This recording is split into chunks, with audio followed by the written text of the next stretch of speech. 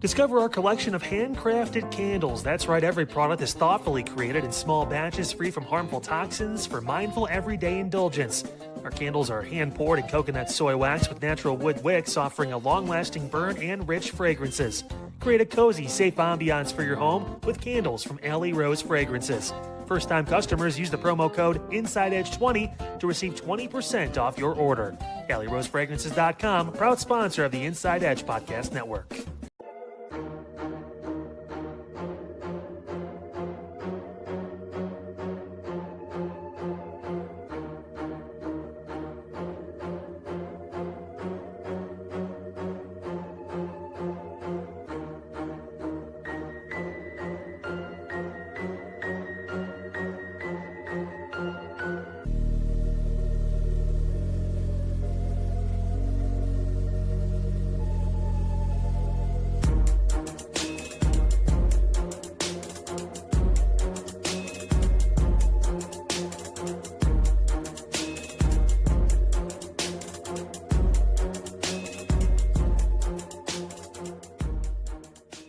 Fanatics isn't just our name, it's who we are. Loyal, passionate fans dedicated to our favorite teams and to the sports we love. That's why we're honored to be able to offer fans the world's largest collection of official sports apparel and sports jerseys from all the leagues, teams, and players you love. We feature a wide selection of gear from every league, including NFL, MLB, NBA, NHL, and NCAA merchandise, which allows us to serve fans of football, baseball, hockey, basketball, lacrosse, soccer, golf, and everything else that gets your heart pumping. Go to Fanatics.com by using the QR code on your screen right now to celebrate your teams.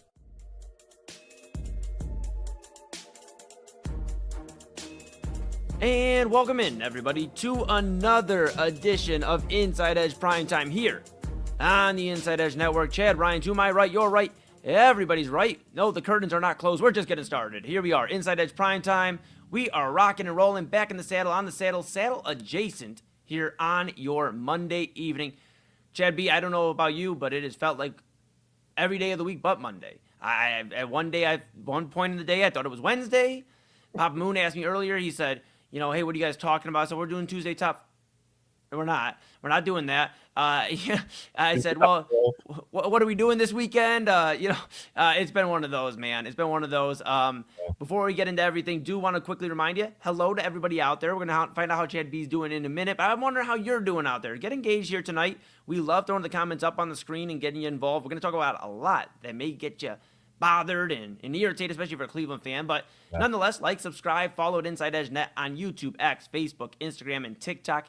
Here at Inside Edge Net, smash that notification bell so you know when Chad and I and everybody is going live. We have 5 daily shows for you. The morning show, the Inside Edge Network morning show with Omar Clausel Jr., that is 10 to 11. Then we have Unfiltered with Kyle Cornell, 5 to 6. Then you have Inside Edge Primetime here, 10 to 11, Chad and I. And that's one big one-stream phenomenon.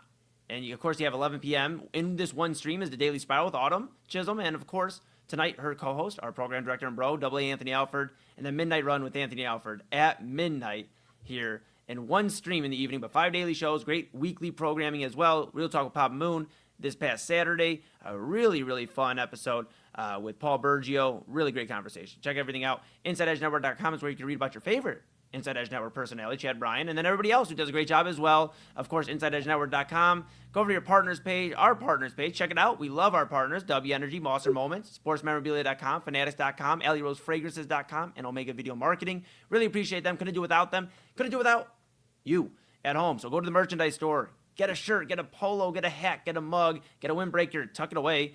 Probably won't need it anytime soon, but get that ready. And rep Cleveland's digital leader, your source for sports, entertainment, mental health conversations, news, and everything in between. And Chad, I know you heard, everybody's heard, but if you haven't heard, download the Inside Edge Network app on Roku. We're on Roku now. Check that out. Pretty cool. We are all over the place here, rocking and rolling. And we have some. Rabbi Music says Eli. Hello.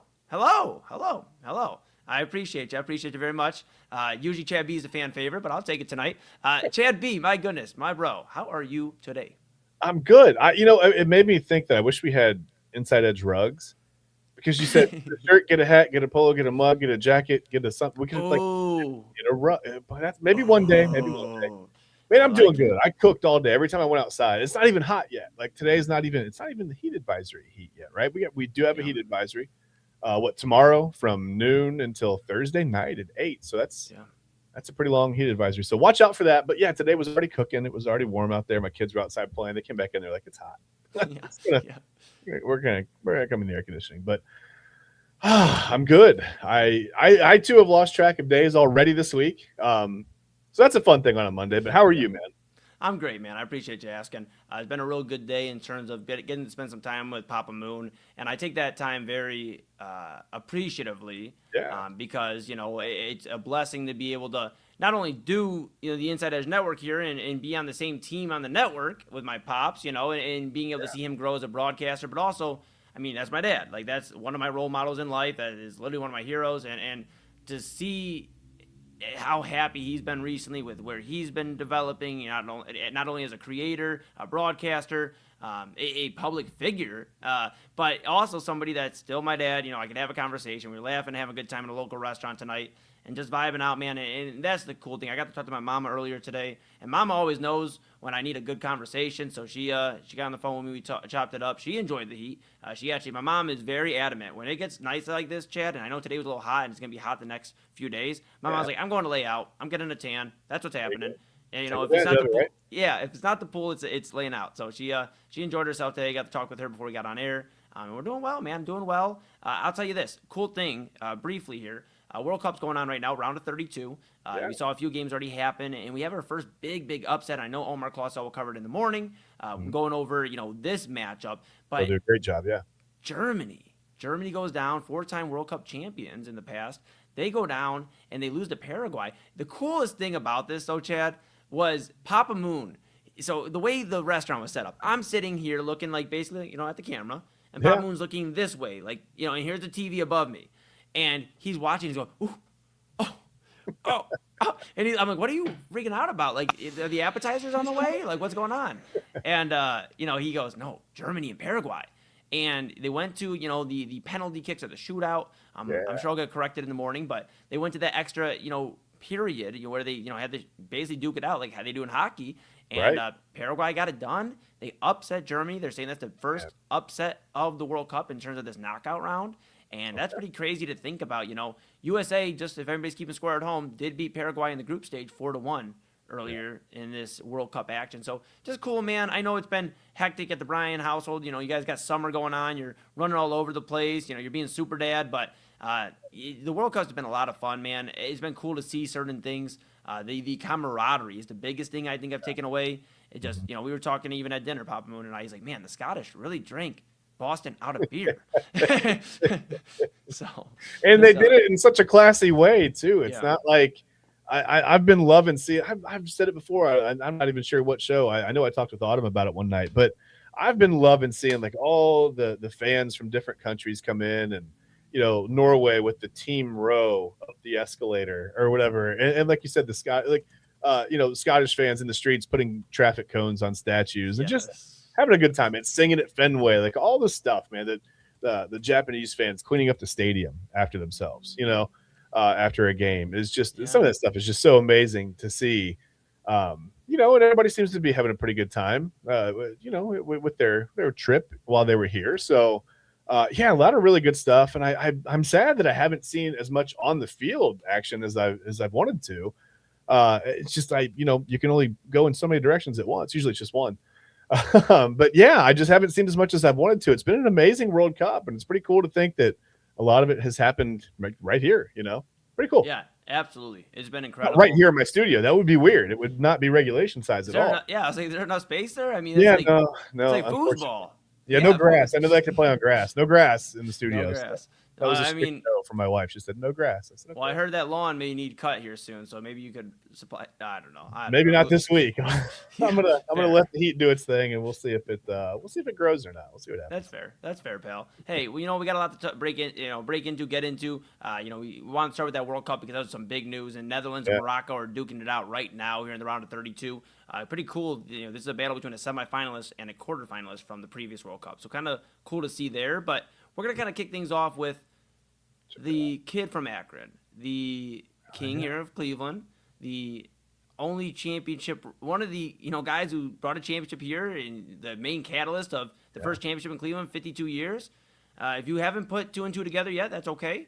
That's LeBron James for all those keeping score at home. He is currently being courted by quite a few teams. Now, the Cavaliers are in the mix as always. When LeBron becomes a free agent, he's not here.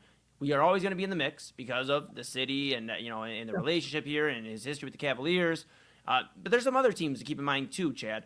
And I'm curious what your thoughts are because I've been thinking on this. I've been seeing the reports all day, from different reporters about he really wants to go there to the Warriors. He wants to go play with Anthony Davis. And he has to get Anthony Davis or he's not going there.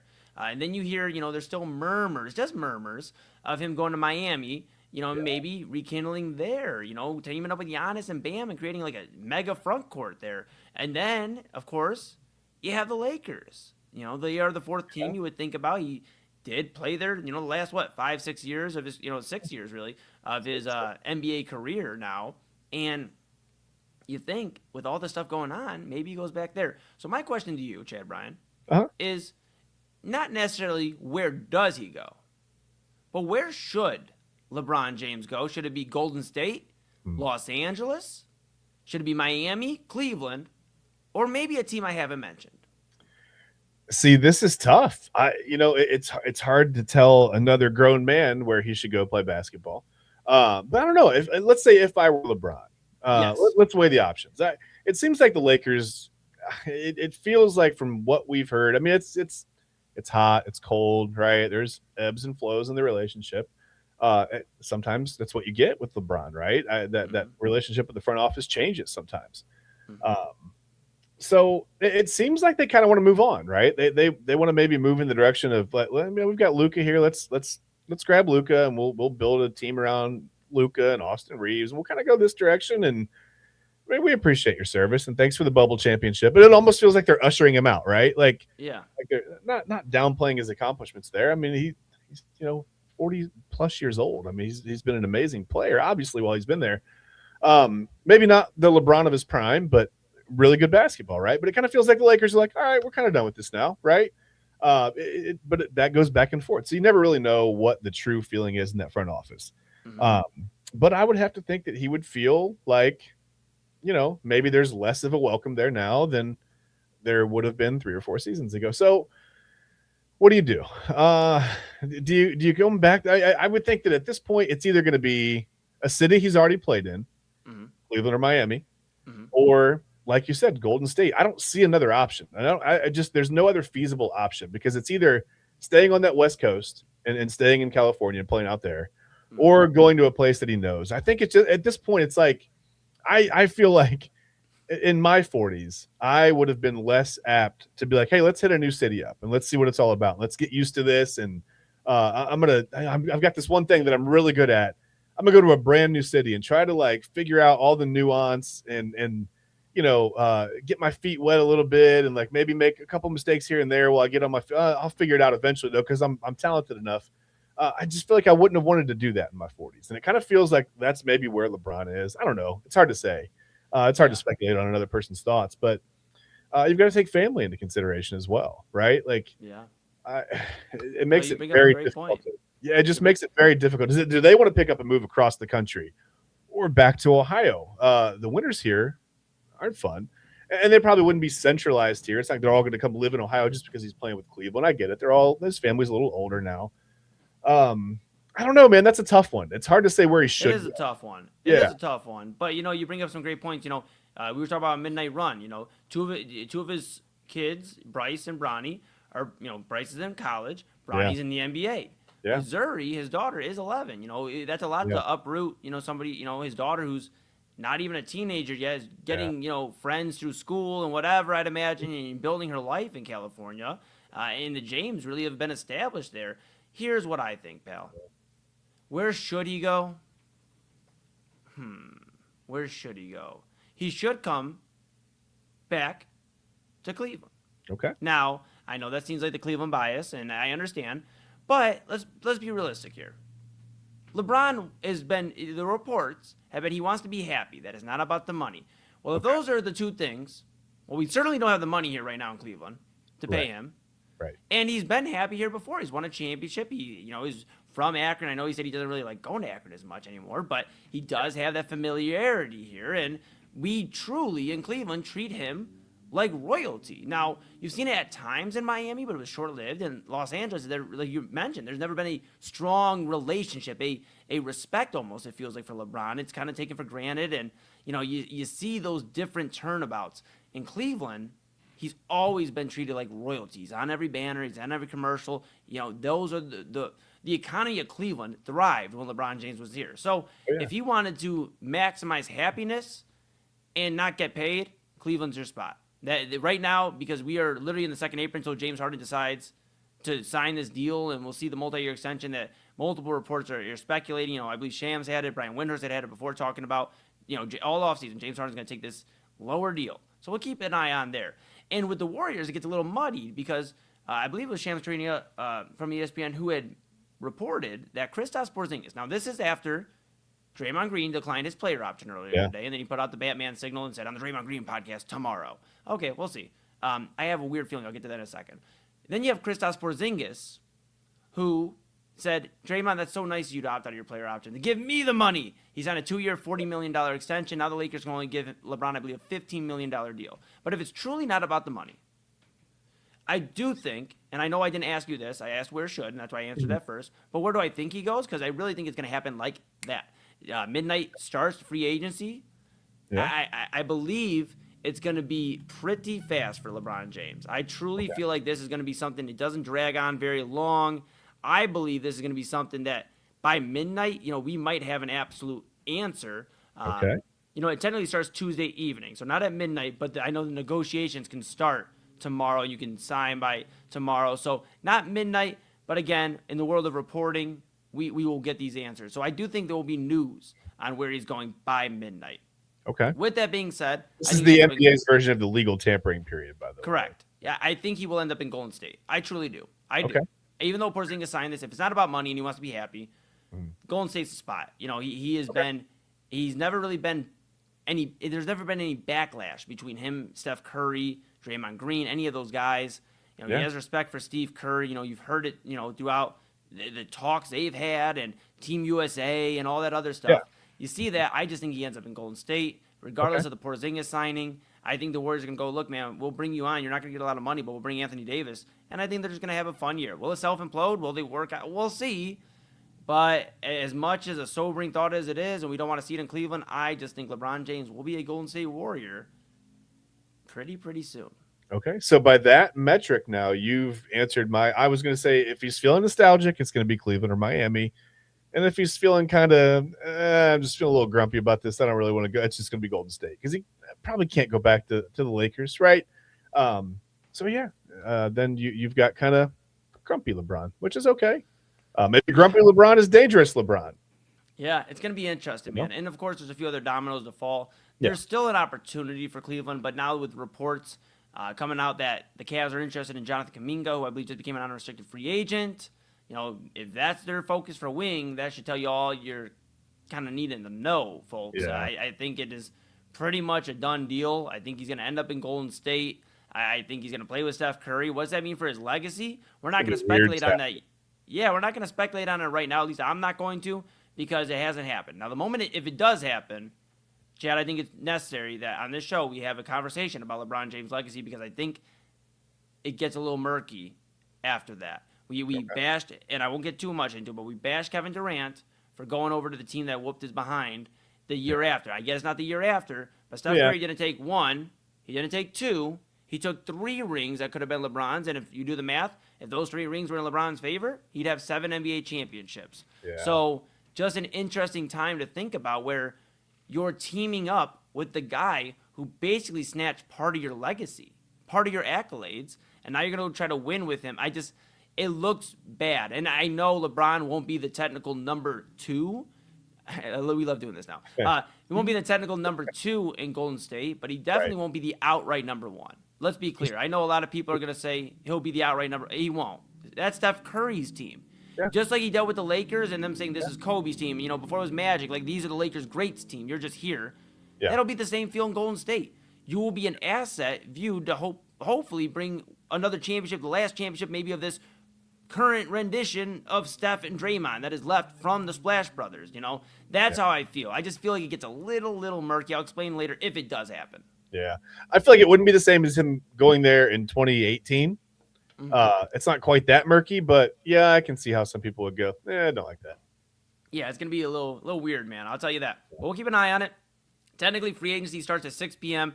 But again, I promise you at midnight we'll start hearing some stuff. It'll officially be like, hey, they are, what they do for the draft, they are expected, if they were to go this way, to be drafted by the so-and-so. Okay, yeah, we get it, buddy. We get it.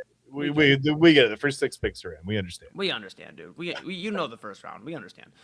With that being said, Chad B and I are going to take a quick pause here. This is the time where you go grab some caffeine, you grab your dinner, you get ready to rock wherever you may be in the United States or around the world. We appreciate you. We'll be back after a quick word from our partners, and we're going to get into some more NBA free agency. It is a NBA heavy night, tonight, because we're going to get into, of course, a star point guard that once was considered maybe the next face of the league, and now he's in a different destination, and a few other guys may be on the move as well. We'll keep an eye on all that, discuss that when we come back, and later on, Chad gets to talk about his favorite baseball team. Cannot wait. So that's Chad B to my right, you're right, everybody's right. I'm Eli Moon. This is Inside Edge Primetime here on the Inside Edge Network. We're kicking off the one stream phenomenon. We're here with you till 1 in the morning, 3 different shows. We're back right after this. Key On Sports is the leader in Ohio high school athletic coverage in written, print, and video streaming. From the latest news and results and written content to the high school football game of the week every Friday, Key On Sports has you covered. The vision of 15-time published author Vince McKee has become the most trusted site in Ohio high school athletic news. From podcasts to player profiles, Key On Sports is your one stop for all of it. Visit them today at keyonsports.com or on YouTube at Key On Sports. Check out their socials on Twitter and Facebook as well. Clean energy, bold flavors, and no jitters. See why people won't shut up about Dubby. Clean energy, no jitters or crash. Whether you're starting your workday or getting ready to exercise, Dubby Energy helps you lock in and focus. With over 15 flavors to choose from, you can't miss. Order Dubby Energy right now by using the QR code on your screen and use the promo code InsideEdge10 to receive 10% off your order. Dubby Energy, your energy-focused sponsor of the Inside Edge Network, Cleveland's digital leader. Discover our collection of body mists made with clean, minimal ingredients. Handcrafted with natural essential oils and clean ingredients, they offer a natural alternative to synthetic fragrances. Perfect for sensitive skin and those seeking clean, mindful self-care, and the perfect gift for you or your special someone. Courtesy of Alley Rose Fragrances. First-time customers, use that promo code InsideEdge20 to receive 20% off your order. AlleyRoseFragrances.com, a proud sponsor of the Inside Edge Network, Cleveland's digital leader. Whether searching for a baseball autographed by your favorite World Series slugger, a signed football by an iconic Hall of Famer, or the jersey of a world-famous soccer star, you've come to the right place. Here at SportsMemorabilia.com, the web's leading source of authentic sports memorabilia, you'll find more than 500,000 authentic products from nearly every professional sports league, team, and players. Not only will you find your next prized sports possession with ease thanks to superb customer service and tremendous site experience, you'll have the satisfaction and peace of mind that every product listed comes complete with a certificate of authenticity and is fully backed by the SportsMemorabilia.com lifetime authenticity guarantee. Go to SportsMemorabilia.com by using the QR code on your screen right now. SportsMemorabilia.com, a proud sponsor of the Inside Edge Podcast Network, Cleveland's digital leader. Find us on InsideEdgeNetwork.com for the latest information on your favorite shows, personalities, and network partners. Plus, guess what? We have a merch shop. That's right, we have network polos, t-shirts, champion jackets, hats, and bottles. Rep the network. Every purchase supports independent sports and entertainment media. Use the QR code on your screen right now to check out InsideEdgeNetwork.com. That's InsideEdgeNetwork.com. Oh, what's up, Inside Edge Network? It's Omar Clausel from The Morning Show. Had a jam-packed Monday, just getting you set for the rest of the week, honestly, doing that weekend catch-up. A lot of World Cup action happening. You get the round of 32 starting We also had community chat. Eli and I kind of touched on some of the events that we went to this weekend and previewed the events happening this weekend. So yeah, make sure you check us out, InsideEdgeNetwork.com. Check out some of our partners as well. Make sure you tune in. Inside Edge Network. It's all happening, baby.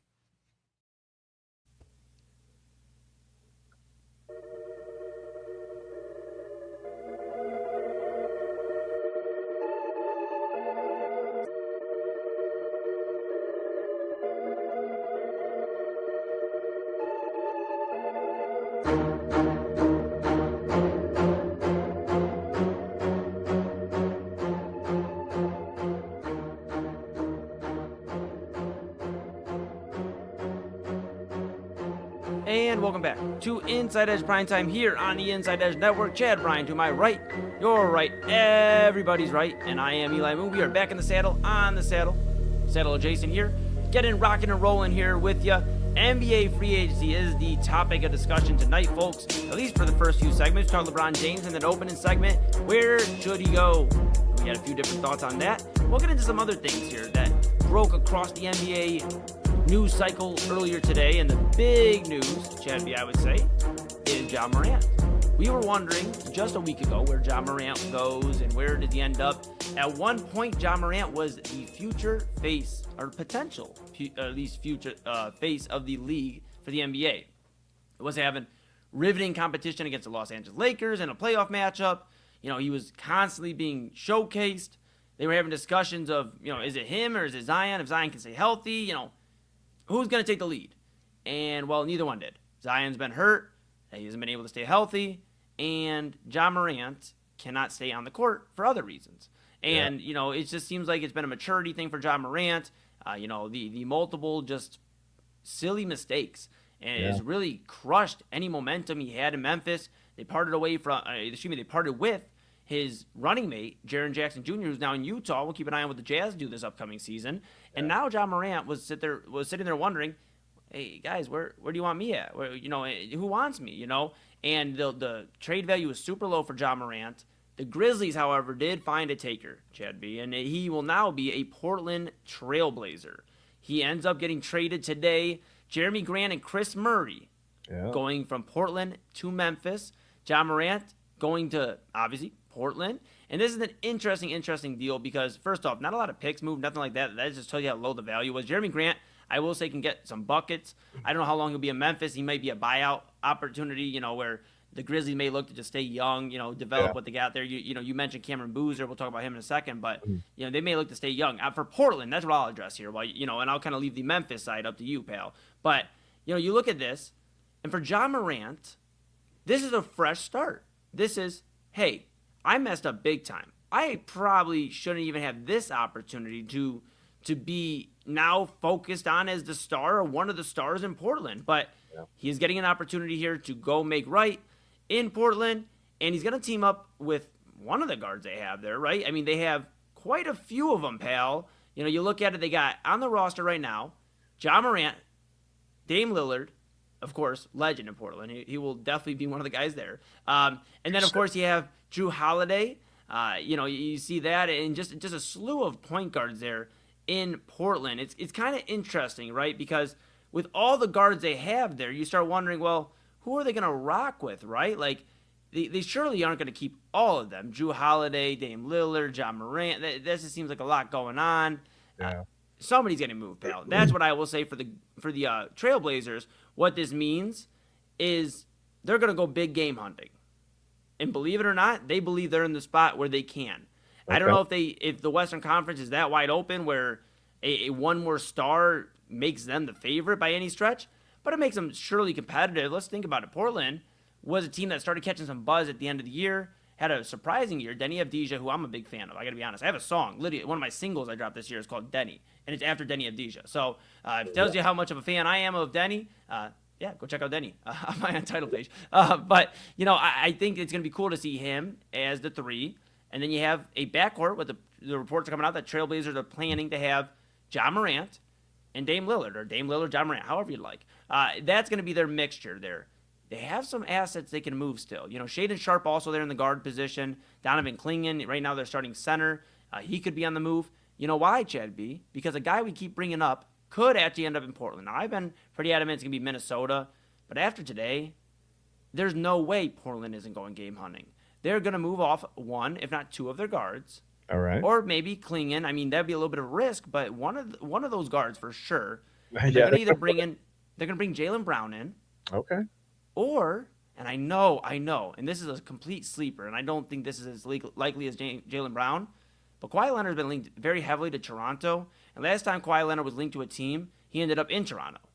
And it wasn't supposed to be Toronto. So maybe he ends up in Portland, and teams up there. But one thing is for certain, it seems like they are going big game hunting. They're going to try to pair up a backcourt that they already have, Ja and Dame, and then they're going to have Denny still. They're going to protect Denny, and they're going to look to maybe put somebody in the front court, whether it's Kawhi, and again, that's a sleeper. I think the more obvious choice right here is Jaylen Brown. I truly think so.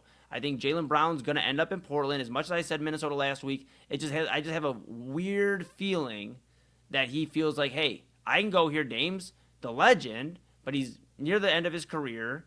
Ja, yes, he's awesome, but again, I think people will kind of respect Jaylen Brown as far as what he's done in the NBA, an NBA champion, an NBA Finals MVP, all that. Yeah. I just think I could be wrong. It may not be Jaylen Brown. It may not be Kawhi Leonard, but they're going big game hunting. That's what I see for the Portland Trailblazers. What does this mean for Memphis, pal? Because we were talking about the young kind of up-and-comers there. What does it mean for the Grizzlies? They have no Jaren Jackson. They have no John Morant now.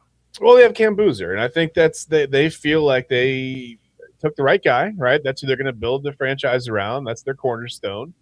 So hopefully they're not wrong, because we've seen that go very, very poorly in the past. When you and not that Memphis did anything wrong by getting Ja. I think John Morant needed a new, just maybe a new scenery, a new start, whatever you want to say. I just saw an article that came up just before he got traded, about 5 hours, 10 hours, 7, whatever. As Ja's injuries scaring teams. I don't think it's the injuries that are as scary as just the wild unpredictability of what you're going to get from him. And I don't know, maybe he goes out west, maybe he goes to Portland and gets it together. But yeah, I mean, I think it says for Memphis that, hey, we're done with that chapter. That's, all those guys are gone now. Cam Boozer is our guy. We're going to start a retooling process. I don't know. They're going to get the Boozer Dozer. The Boozer Dozer. They're going to restart. Yeah, hey, we could come up with all kinds of stuff. But yeah, I don't know. I think that just says that, hey, we're all in on Cam Boozer now. That's our guy. That's our franchise. That's our rock, right? We're going to build around him. He's the cornerstone, and we're going to try to make that work. And I don't know what the plan is going forward. I don't think it's to compete for a championship this year or next year, whatever you want to say. But I think that they're just looking to the future, and to move on from Ja probably felt kind of good to both sides a little bit, I would imagine. It's been a rough, I don't know, I think he's played less than a season's worth of games over the last 3 full seasons now. So, again, for one reason or another, yeah, the injuries are there. But again, the unpredictability and just the off-the-court stuff is, it makes it a huge risk. So, I don't know. I guess I'm looking at it from a Memphis scope, but I don't know if Portland's going to hang on to him. I don't know. I'm not really sure what they're doing, but I think they will, pal. And here's why. Not to interject, but here's why. He finally has some guidance. Okay. In his own backcourt. Okay. You got to think, when he went to Memphis, he was drafted. Yeah. He was drafted as the starter. There was nobody to be like, hey, Ja, look out for this, look out for that. Dame Lillard has kept a clean record. He is literally a community guy. He is what you look for when you're looking for a star. He's in the community. He plays great basketball, and he's a leader. He's somebody that we are looking for still in Cleveland in terms of leadership, and that's what Dame Lillard projects. I know he doesn't have that NBA championship, but I think this is a perfect spot for Ja Morant, because Dame Lillard will take him under the wing and go, hey, dude, you have to look at what you could lose here. This is a very, we talk all the time, and obviously mental health, one of our pillars here on the Inside Edge Network. We talk all the time about how life is such a precious thing. Ja Morant's busted his whole career, worked his whole life, busted his ass his whole career. I guess trying to look for the words there, but he's busted his ass to get here. He's 26 years old, Chad. He's not an old guy. He's in his prime. Yes. He turns 27 August 10th, but still, he is in a point where he can still be shaped to be one of the franchise guys for Portland. And Dame Lillard's done this before. He's worked with a backcourt mate. Now, granted, they came in around the same time with CJ McCollum, but I think those two guys learned how to be leaders and good pros, great pros, in terms of leading a team and understanding that. I think this is a great spot for Ja Morant. I think they have intentions of keeping him long term and seeing what happens. But I don't think, to your point, I don't think they're thinking Ja Morant is this is the end all be all. We got Ja, we got Dame, we're running. I think they are going out and seeing what they can do with the rest of their roster to bring somebody else in that's experienced. Because what Ja Morant needs the most right now is experience. And that's why, as much as Kawhi Leonard, like I said, it's a sleeper. And I know I'm going to eat my own words when I said Jaylen Brown went to Minnesota. Again, I didn't see this happening. I didn't have the crystal ball. I just think Jaylen Brown makes a ton of sense there. Again, another NBA, this time an NBA champion, a guy who's got further, an NBA Finals MVP, and a guy who has experience being one of the leaders of a franchise. I think you surround him around so many guys that if he messes up, it's on him, dude. It's like, dude, we've put everything in front of you. The only thing you can say about Portland that's a bad situation is their owner is such a cheap bastard. I mean, Todd Dundon, he is the worst, man. We don't have enough time tonight for that, but the 1-year coaching contract for the new coach, I mean, that's absolutely ridiculous. That's a prove it deal. That's a tough one. That's a tough one, man. Ooh, that's a tough one. Yeah, the one thing, the two buzzwords that I've seen a lot of people throwing around about Ja Morant are the decline in rim frequency and free throw attempt rate. And I don't think that's a volume thing. I don't think he just hasn't played. I think it's like per. They say it's usually a harbinger of athletic declines. Maybe that is where the injuries are coming in a little bit. But yeah, if he can, I don't know, maybe just get his mind cleared and start over and refresh mentally and physically out in Portland, maybe it is a good thing. And like you said, maybe having Lillard that's a great point. Having that veteran leadership there that'll be good for him. Yeah, I mean, if he would have ended up on like a middling team or a bad team, for lack of better words, lost. Yeah, I mean, that would have been Memphis sending him to the abyss and saying, enjoy the rest of your career, whatever it may be. Yeah. But I think, in a way, and I'm not saying they necessarily looked out for him, but it seems like in a way Memphis kind of looked out for him too. Like, okay, we're not going to get much for you. Let's at least get something. Again, I don't think Jeremy Grant ends up in Memphis long term. I do think he's a buyout option for the Grizzlies. I think Jeremy Grant is at the point in his career he can get you a bucket and give you quality minutes. I think he ends up on a contender. Again, I don't think they will. That's the big move right there. That's you beat me to the punch. I was going to say, I don't think they will, but that would be somebody that would make sense. Like, all joking aside, for the Cavaliers, if they miss out on LeBron and all these big guys, Jeremy Grant, I know they're linked to Jonathan Kuminga as well, but maybe that would be a guy if he were to get bought out by the Grizzlies. We'll see what they do with him. But I have one other thing I want to talk to you about, too, that's a little pressing when it comes to NBA free agency. We talked a little bit about Morant and maybe Jaylen Brown, Kawhi Leonard. Of course, the reports coming out that he may be traded tonight. And we'll keep an eye every time somebody says tonight. It could be tonight, it could be that night, the other night, whatever. But we'll keep an eye on it. Real quick before we move on to what I want to really hit heavy before we go to break. Isn't it so silly that Kawhi Leonard is being rumored to go back to Toronto? Why did he leave? Why did he leave Toronto? I never really understood that. I'll be honest with you. I don't know. I don't know. Kawhi Leonard is he's an enigma to me. He puzzles me. I don't know. He's just a different kind of dude, man. Some guys are just completely different dudes, Like, I think about James Harden pre-beard, and I don't know, does James Harden beard even really know James Harden pre-beard? That's two different dudes. Yeah, right? Yeah. And I don't just mean the way they look. I mean, it's different mindsets, different personalities. I don't know. That's Jim Harden before the beard. Yes, that Jimothy, really. Jimothy. Yeah, he was buttoned up and put together, and now he's just now he's kind of like James. You know what I mean? Yes. You don't pronounce the J. Yeah. But I don't know. Well, he has no J in the playoffs, so he is Ames. He's Ames Harden.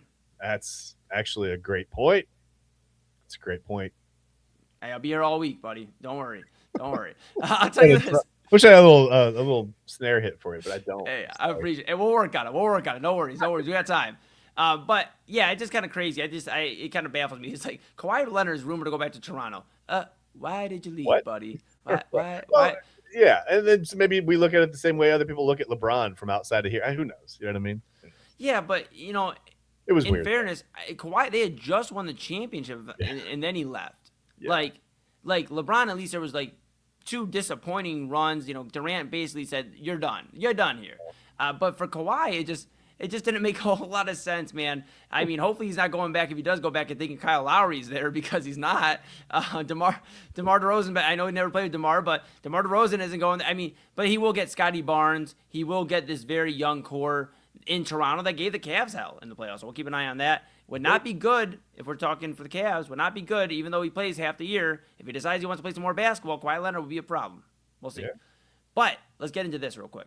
Chris Haynes had a report about Jalen Duren, and I put appearing to leave Pistons because based off the report, the Pistons lowballed Jalen Duren.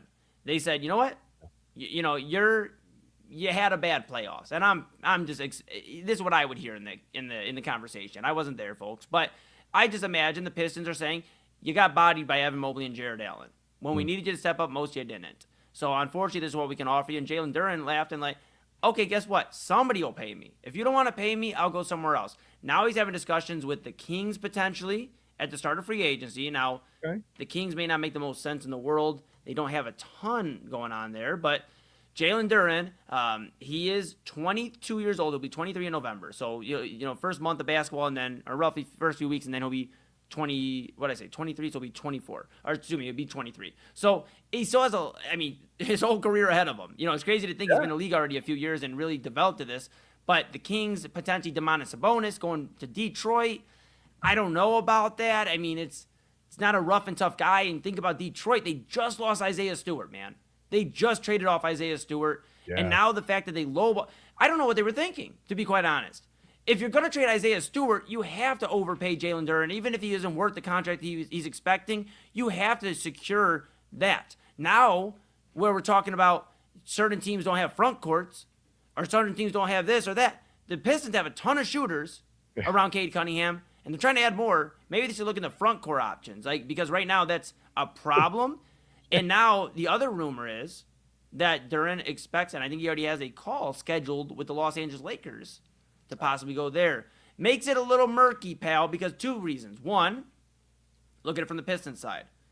They were giving the Cavs hell as well. That was the theme of the Cavaliers playoffs.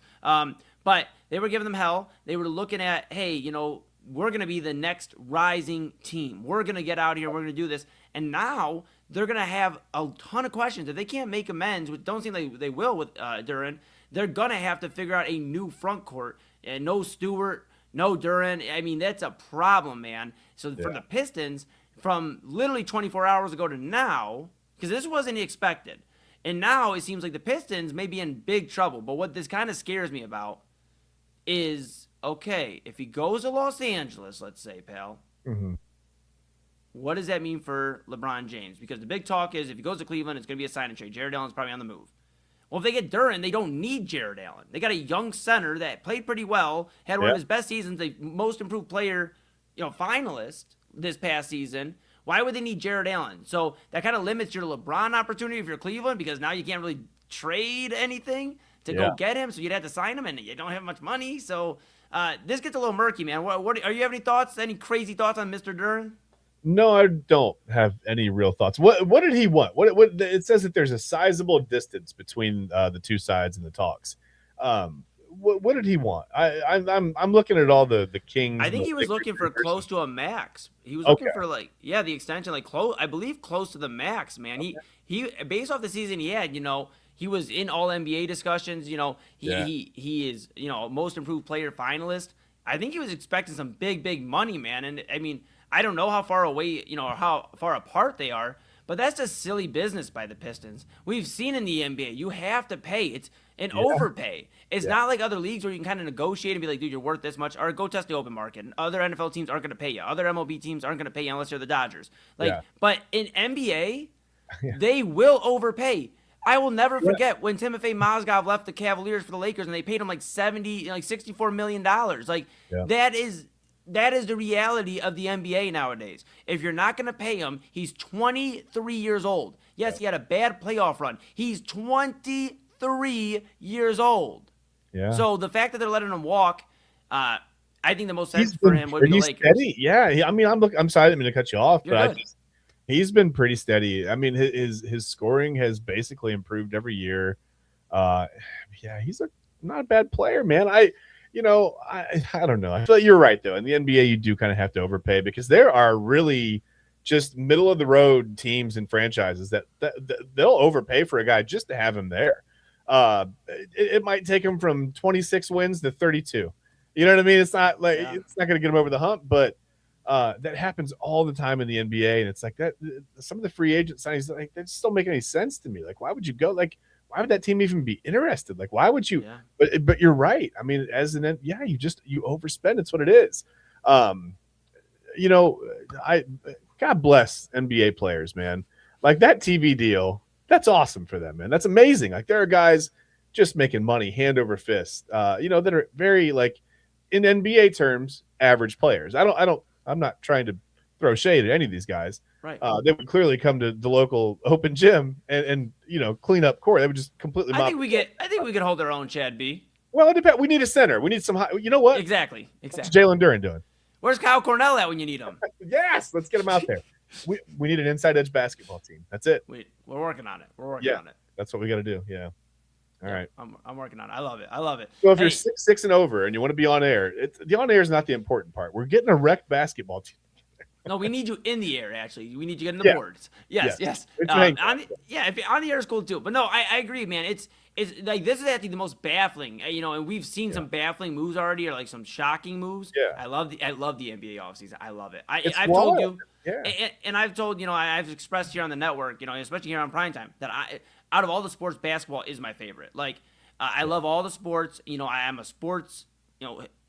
I sports head, a sports historian. I love this type of stuff. But, like, basketball is, like, I love it. In the NBA offseason, you just never know what to expect. Nobody saw LaMelo Ball being traded. I mean, Jaylen Brown, you started getting murmurs before the offseason really kicked off. But, I mean, that kind of started the offseason once Boston got bounced. I mean, this is cinema, man. This is cinema. And I love it so much. Baseball, where the free agents are going. There are tiers, right? Like, the top 5 or 6 guys are going to the top 5 or 6 cities, and that's it, right? And then that middle tier, they're going to the next, like, it's going to be like the Braves, the Padres, the whatever, that second tier. And then, the teams that just aren't going to be, and the guys are going to sign people off the scrap heap, right, for organizational depth. Well, he'll shuttle back and forth between the bench and AAA. We need, we got to have a utility guy. Where they're going. But in the NBA, it's like, who signed where? What? And the NFL, you pretty much know too, even though there's parity and whatever, because the fit makes sense. But in the NBA, you don't know. You never know. You're spot on, bro. And that's like why for baseball for a moment, that's why Edwin Encarnacion signing with the Indians at the time, the Guardians now, but signing there was like, no, he didn't. Like, I read the report, I was like, okay, how much? How much money they signed him to? Oh my goodness. So crazy, man. Hey, Chad B, great discussion. NBA free agency's just starting off though. Official tomorrow at 6 p.m. So we'll have a lot to talk about tomorrow once the smoke kind of starts clearing a little bit and we get a little bit more idea. We're going to take a quick pause here. We're kind of running up against it. Daily Spiral with Autumn Chisholm and AA Anthony Alford as our co-host, our program director, and our bro. They're going to do a great job. I already know it. I just got a good feeling. That's at the top of the hour at 11 p.m. Then AA will take the baton and go to Midnight Run with Anthony Alford. He'll rock out and do his thing. Very, very fun one-stream phenomenon for you. Megathon, whatever you want to call it. We're still working on the name, workshopping it. So if you have any ideas, let me know. Let us know. But that's Chad B to my right, your right, everybody's right. I'm Eli Moon. This is Inside Edge Primetime here on the Inside Edge Network. We appreciate you so much so that we'd love for you to like, subscribe. Make sure you follow at Inside Edge Net on all of the socials. Go check it out. Smash that notification bell. Check out the website, InsideEdgeNetwork.com. Read about your favorite personalities. Check out our partners page. Go get something nice at the merchandise store. Rep Cleveland's digital leader and your source for sports, entertainment, mental health conversations, news, and everything in between. And you see it below. Go download the Inside Edge Network app on Roku, baby. Let's get it. All right, we're going to take a quick pause. When we come back, I know Chad B's got some things to get off his chest. I may too. We're up against it. I'm going to hand it off for him to get some things off his chest about his favorite NL East team. Some would say his favorite sports team out of all teams. You count baseball, you count basketball, football, hockey. You even throw in some of these other sports, soccer, lacrosse. Pickleball. None more important to Chad Bryan than the New York Mets. We'll talk about that to close the show when we come back. Stay with us, everybody. Key On Sports is the leader in Ohio high school athletic coverage in written, print, and video streaming. From the latest news and results and written content to the high school football game of the week every Friday, Key On Sports has you covered. The vision of 15-time published author Vince McKee has become the most trusted site in Ohio high school athletic news. From podcasts to player profiles, Key On Sports is your one stop for all of it. Visit them today at KeyOnSports.com or on YouTube at KeyOnSports. Check out their socials on Twitter and Facebook as well. Clean energy, bold flavors, and no jitters. See why people won't shut up about Dubby. Clean energy, no jitters or crash. Whether you're starting your workday or getting ready to exercise, Dubby Energy helps you lock in and focus. With over 15 flavors to choose from, you can't miss. Order Dubby Energy right now by using the QR code on your screen and use the promo code InsideEdge10 to receive 10% off your order. Dubby Energy, your energy-focused sponsor of the Inside Edge Network, Cleveland's digital leader. Discover our collection of body mists made with clean, minimal ingredients. Handcrafted with natural essential oils and clean ingredients, they offer a natural alternative to synthetic fragrances. Perfect for sensitive skin and those seeking clean, mindful self-care, and the perfect gift for you or your special someone. Courtesy of Alley Rose Fragrances. First-time customers, use that promo code InsideEdge20 to receive 20% off your order. AlleyRoseFragrances.com, a proud sponsor of the Inside Edge Network, Cleveland's digital leader. Whether searching for a baseball autographed by your favorite World Series slugger, a signed football by an iconic Hall of Famer, or the jersey of a world-famous soccer star, you've come to the right place. Here at SportsMemorabilia.com, the web's leading source of authentic sports memorabilia, you'll find more than 500,000 authentic products from nearly every professional sports league, team, and players. Not only will you find your next prized sports possession with ease thanks to superb customer service and tremendous site experience, you'll have the satisfaction and peace of mind that every product listed comes complete with a certificate of authenticity and is fully backed by the SportsMemorabilia.com lifetime authenticity guarantee. Go to SportsMemorabilia.com by using the QR code on your screen right now. SportsMemorabilia.com, a proud sponsor of the Inside Edge Podcast Network, Cleveland's digital leader. Find us on InsideEdgeNetwork.com for the latest information on your favorite shows, personalities, and network partners. Plus, guess what? We have a merch shop. That's right, we have network polos, t-shirts, champion jackets, hats, and bottles. Rep the network. Every purchase supports independent sports and entertainment media. Use the QR code on your screen right now to check out InsideEdgeNetwork.com. That's InsideEdgeNetwork.com.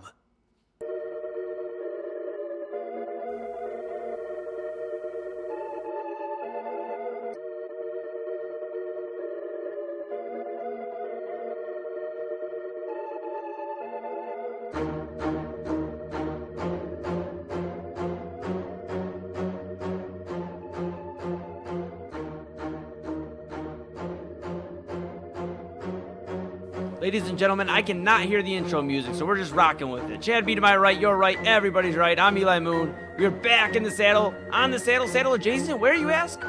Right here on Inside Edge Primetime here on the Inside Edge Network, kicking off your one stream phenomenon here on your Monday evening. Happy end of June to everybody. Last few days of June. That means it'll be, Chad B, it was your birth month. This month is my birth month. In a few days. I'm so excited. Thank you for cutting the intro music because I knew I wasn't going to hear it, so I was going to forget about it. Thank you so much. I saw it stop. But it's my birth month. That's your bull too was going back and forth. I was like, oh, we're both trying. yeah. But yeah, this is my birth month. You know, it's cool, man. Chad and I had no idea when our birthdays were when we started Thursday Topics and Prime Time. Like, wait, you're June and I'm July. And the cool thing is we're like a month and 10 days apart. I don't know what the significance is there, but hey, you know what? There we go. I thought you were saying I didn't know when my birthday was when we first started. I have no idea. I taught Chad when he was born, and you know that's actually what helped create our close bond. He tracked down my birth certificate. I was like, wow, this is me. I'm an excellent person. Yes. Hey, make sure before we get into our last few minutes here at the show, like, subscribe, follow Inside Edge Net on all the socials. Check us out. Hit that notification bell so you know when we're going live. Appreciate the support. Last week was one of our biggest weeks in Inside Edge Network viewing history.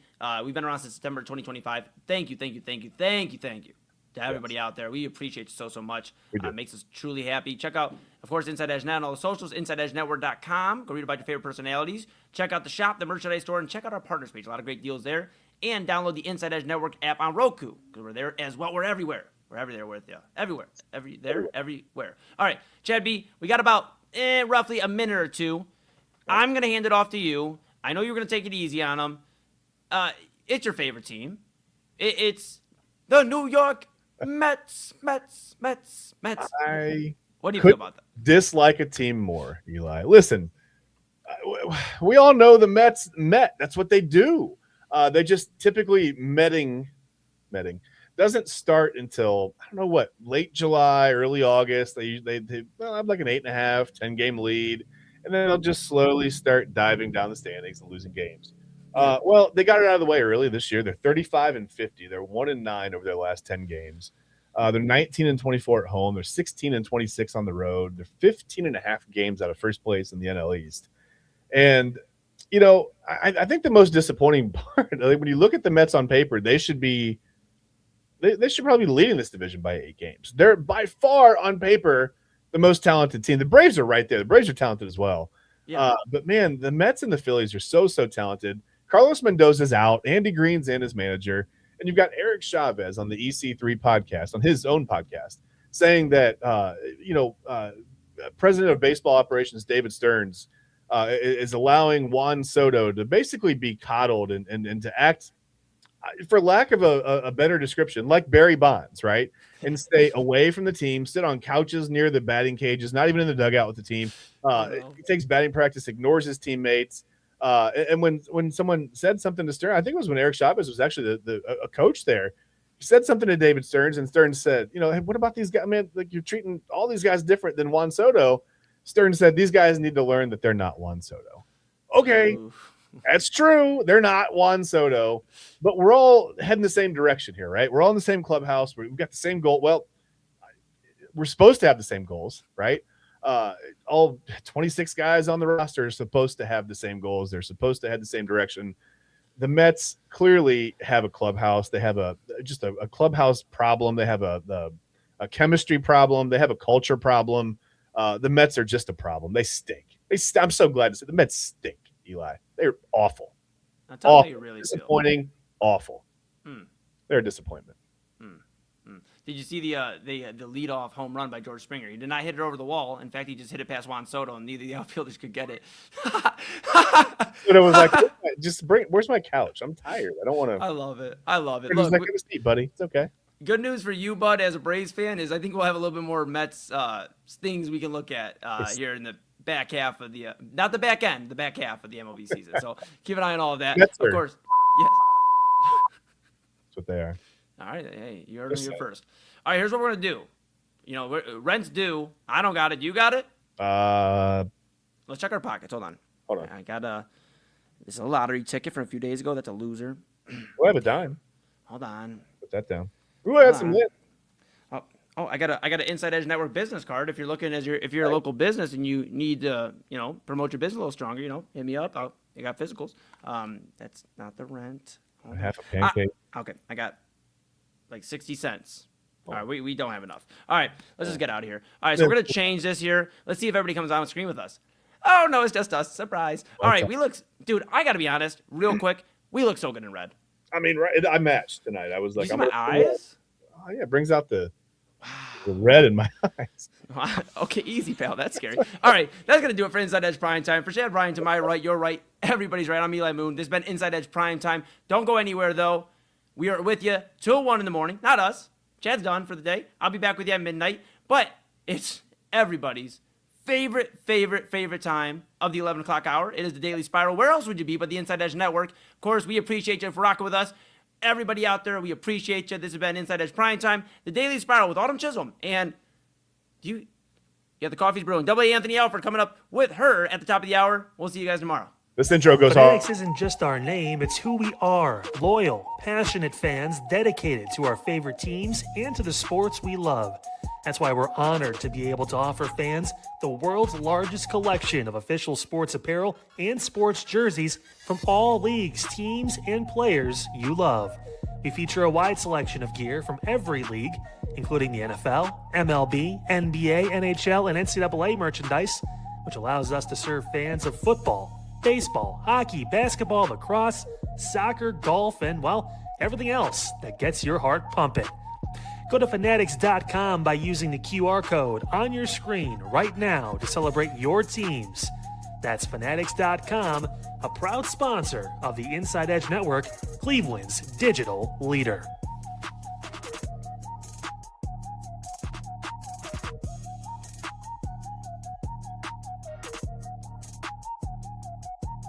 Small business owners are superheroes, but nowadays running your business means doing so inside your shop and on social media. That's why you should make Omega Video Marketing your sidekick.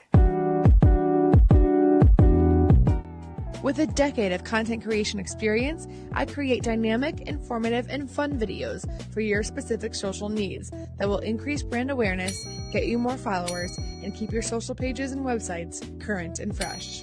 I offer flexible pricing and turn times and will work with you to understand your brand and your story.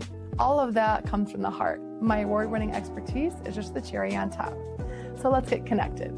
After all, your brand is the alpha and my expertise is the omega. Discover our collection of handcrafted candles. That's right, every product is thoughtfully created in small batches free from harmful toxins for mindful everyday indulgence. Our candles are hand-poured in coconut soy wax with natural wood wicks, offering a long-lasting burn and rich fragrances. Create a cozy, safe ambiance for your home with candles from Alley Rose Fragrances. First-time customers use the promo code InsideEdge20 to receive 20% off your order. AlleyRoseFragrances.com, proud sponsor of the Inside Edge Podcast Network. Mosser Moments Photography is a husband and wife wedding photography team based in Cleveland, owned and operated by InsideEdge Network's very own Ryan Mosser and his wife Hallie. For the past 10 years, they've captured more than 100 weddings across Northeast Ohio and beyond, always working together as a true two-person team. Their style centers on authentic, emotional storytelling, documenting the real moments between two people in love and creating images that feel natural, comfortable, and true to the couple. Rooted in Northern Ohio but inspired by their travels, Ryan and Hallie bring a warm, personal approach to every wedding day. Their work blends experience, consistency, and a genuine passion for helping couples relive their best day through timeless photography. Learn more at MosserMomentsPhotography.com by using the QR code on your screen right now. MosserMomentsPhotography.com, a proud sponsor of the Inside Edge Network, Cleveland's digital leader.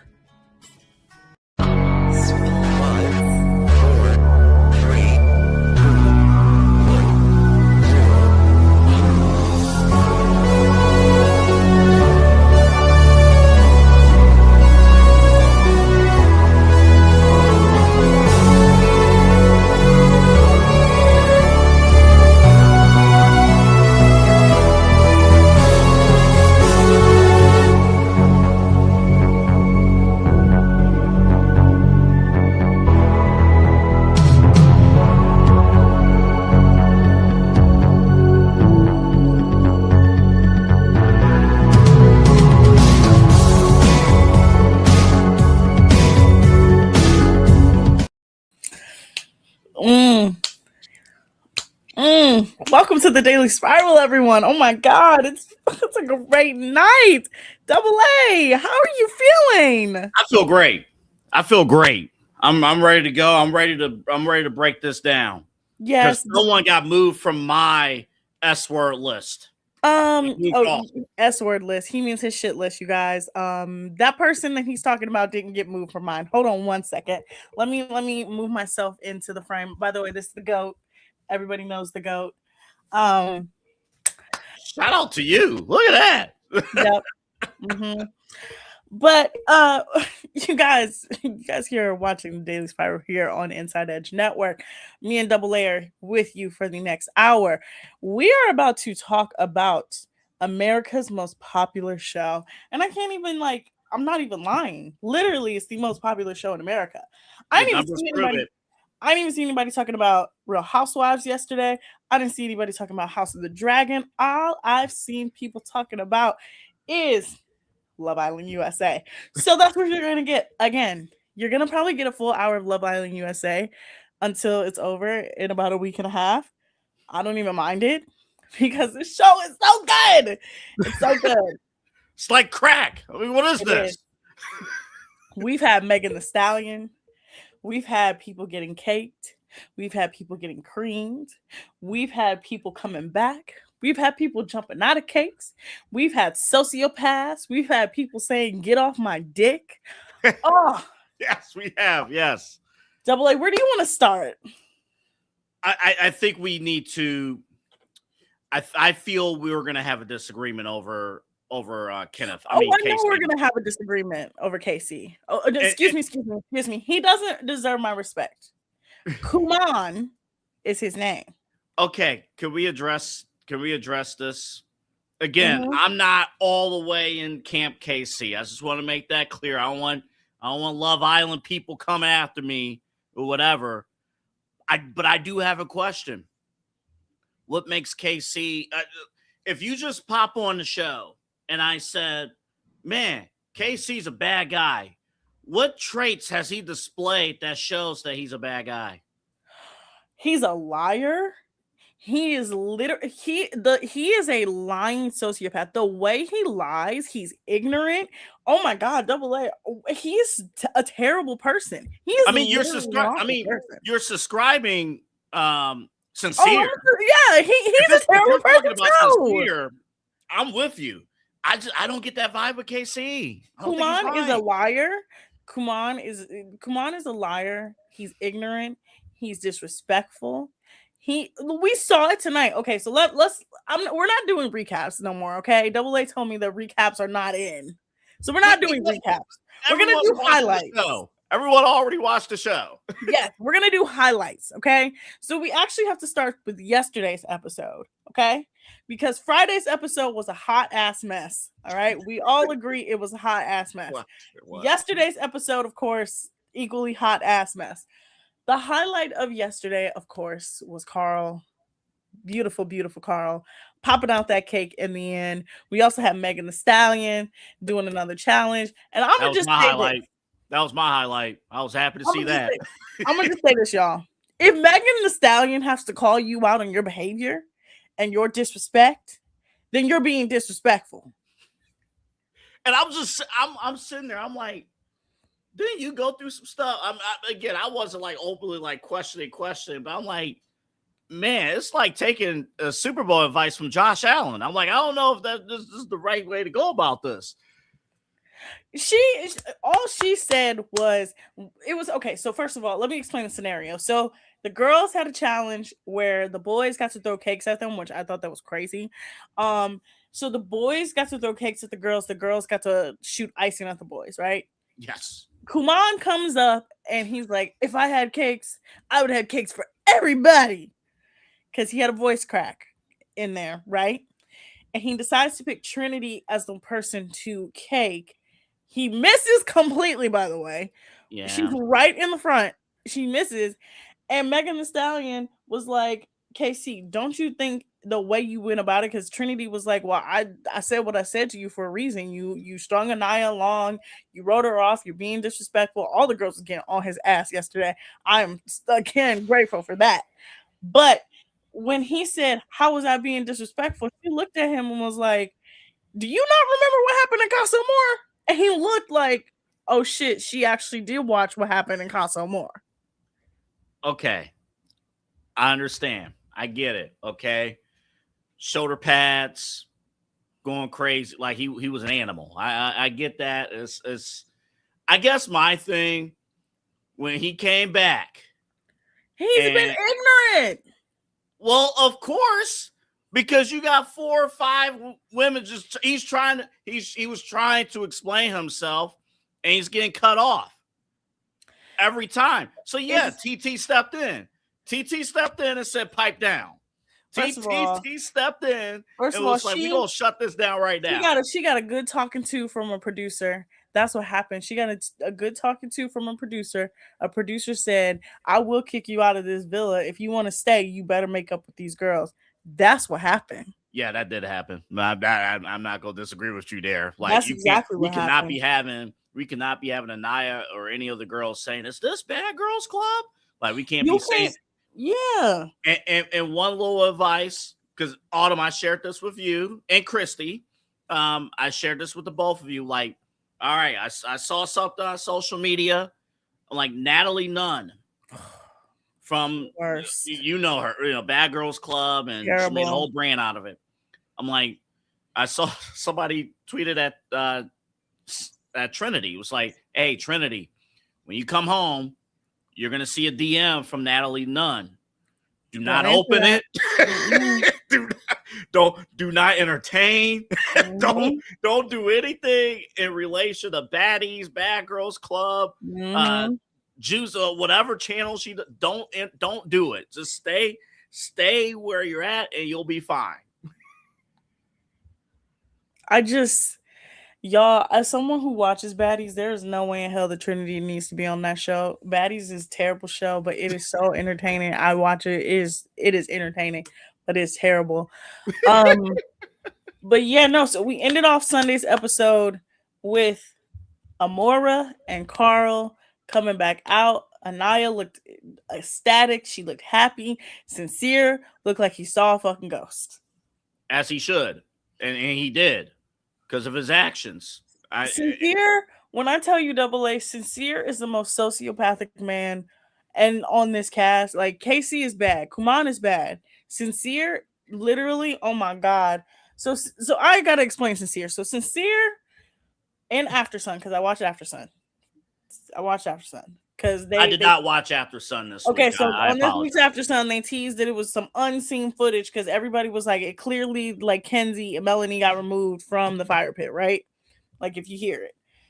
And, like, they, like, bait and switched everybody to be like, oh, this is what you were going to see. But in our reality, you just saw the boys choosing if they wanted to stay single, if they wanted to go back, right? Oh, that was it? Yeah. So, Sincere gets up. He's waxing poetic. He's doing sincere things, making analogies and shit. And he goes, yeah, so I mean, if we had more time in here, I think, we would have been good together and I would have picked you. Yeah. Yeah, he did. And then what did he do when he came back to the villa? He came back to the villa and he pretended like he didn't say a damn thing. Yeah. It was only 2 days. It was only 2 or 3 days. That was it. 3 days. He came back to the villa and he told Melanie, "I missed you the whole time. I was with you the whole time." It was when I tell you, when you watch the scene of him saying it, and then in the back of your mind you knew what he said to her at the fire pit when they recoupled. It was like, oh my God, when I say he is a liar. I told my mom the other night, I was like, he is a liar that believes his own lies. And if you say you're lying, he's like, no, I'm not. You're like, yes, you are. He's like, no, I'm not. And then you tell him the lie. He's like, I said that? I didn't even know I said that. So you know what? So my question, Autumn, so as a woman, I don't know if you ever encountered that with a guy. Yes, I have. I've encountered a sociopath like Sincere. Okay. So I guess I don't know if you don't need to out the dude or what. I don't care how you go about this answer. But at what point did you realize that this guy was the way that Sincere is acting out? Because did it take some time, or did you know right off rip? No, I told you, Double A. I told you I can tell when a man is lying to me, like, fully. I'm gonna explain this, okay? I have a past. I don't mind talking about it. I found out years later that this man had a girlfriend, right? He not only got one girlfriend, he broke up with that girlfriend, still was talking to me, and got another girlfriend. The lies that would roll off of his tongue were just like immaculate lies. Like, if I was stupid and I didn't have any like brains, I would be like, oh my God, really? He once told me that because we started talking and I was like, oh, didn't you have a girlfriend? He was like, yeah, I did, but she decided that she wanted to date other people and she decided she liked girls better. That's never happened. They were still together. Literally every chance he could get to lie to me, he lied to me. He thought he was such a great liar that I'm like, bro, you're sick. You're sick. Double A, he was on vacation with this girl multiple times, texting me. Oh, that's not good. Yeah. And the only reason why I knew is because I'm like he would just be like, yeah, I'm here, and this. And I'm like, I know you're lying. Like, I know you're lying. Yeah, I'm just chilling in Austin. Why are you in Austin? You don't even live in Austin. Yeah, I'm just on a trip. You're with your girlfriend. Like, it was just it got to the point where I was just like, you're just gonna lie. You're just gonna lie. I don't know. Like, if I'm going on multiple trips multiple trips. I mean, come on now. Come on. Go on. You want to know what's even dumber? I'm about to tell you what's even dumber before we go to break. This is going to leave you on a lovely cliffhanger. The most recent time I heard from him was April of this year. Oh. And he allegedly got married a year ago. Well, you know what? Good for him. You know what? So, ladies, that sounds like sincere. It does. That's what I'm saying. Since I've encountered a sincere before, I've encountered several sinceres. You may. I'm not gonna do that. I'm not gonna do that one. Were you about to call me a sincere? No. I was gonna say we have a mutual person that we know that is also. Go to break. Yeah, so that's what I said. I'm gonna stop myself. Okay. When we come back, we'll talk more about Love Island. We'll talk about tonight's episode. We'll talk about Megan Thee Stallion more. We'll also talk about a movie night because they teased movie night when you guys are watching the Daily Spiral. You about to have never mind. Go to break. It'll be worse. Key on Sports is the leader in Ohio high school athletic coverage in written, print, and video streaming. From the latest news and results and written content to the high school football game of the week every Friday, Key on Sports has you covered. The vision of 15-time published author Vince McKee has become the most trusted site in Ohio high school athletic news. From podcasts to player profiles, Key on Sports is your one-stop for all of it. Visit them today at keyonsports.com or on YouTube at Key on Sports. Check out their socials on Twitter and Facebook as well. Clean energy, bold flavors, and no jitters. See why people won't shut up about Dubby. Clean energy, no jitters or crash. Whether you're starting your workday or getting ready to exercise, Dubby Energy helps you lock in and focus. With over 15 flavors to choose from, you can't miss. Order Dubby Energy right now by using the QR code on your screen and use the promo code InsideEdge10 to receive 10% off your order. Dubby Energy, your energy-focused sponsor of the Inside Edge Network, Cleveland's digital leader. Discover our collection of body mists made with clean, minimal ingredients. Handcrafted with natural essential oils and clean ingredients, they offer a natural alternative to synthetic fragrances. Perfect for sensitive skin and those seeking clean, mindful self-care, and the perfect gift for you or your special someone. Courtesy of Alley Rose Fragrances. First-time customers, use that promo code InsideEdge20 to receive 20% off your order.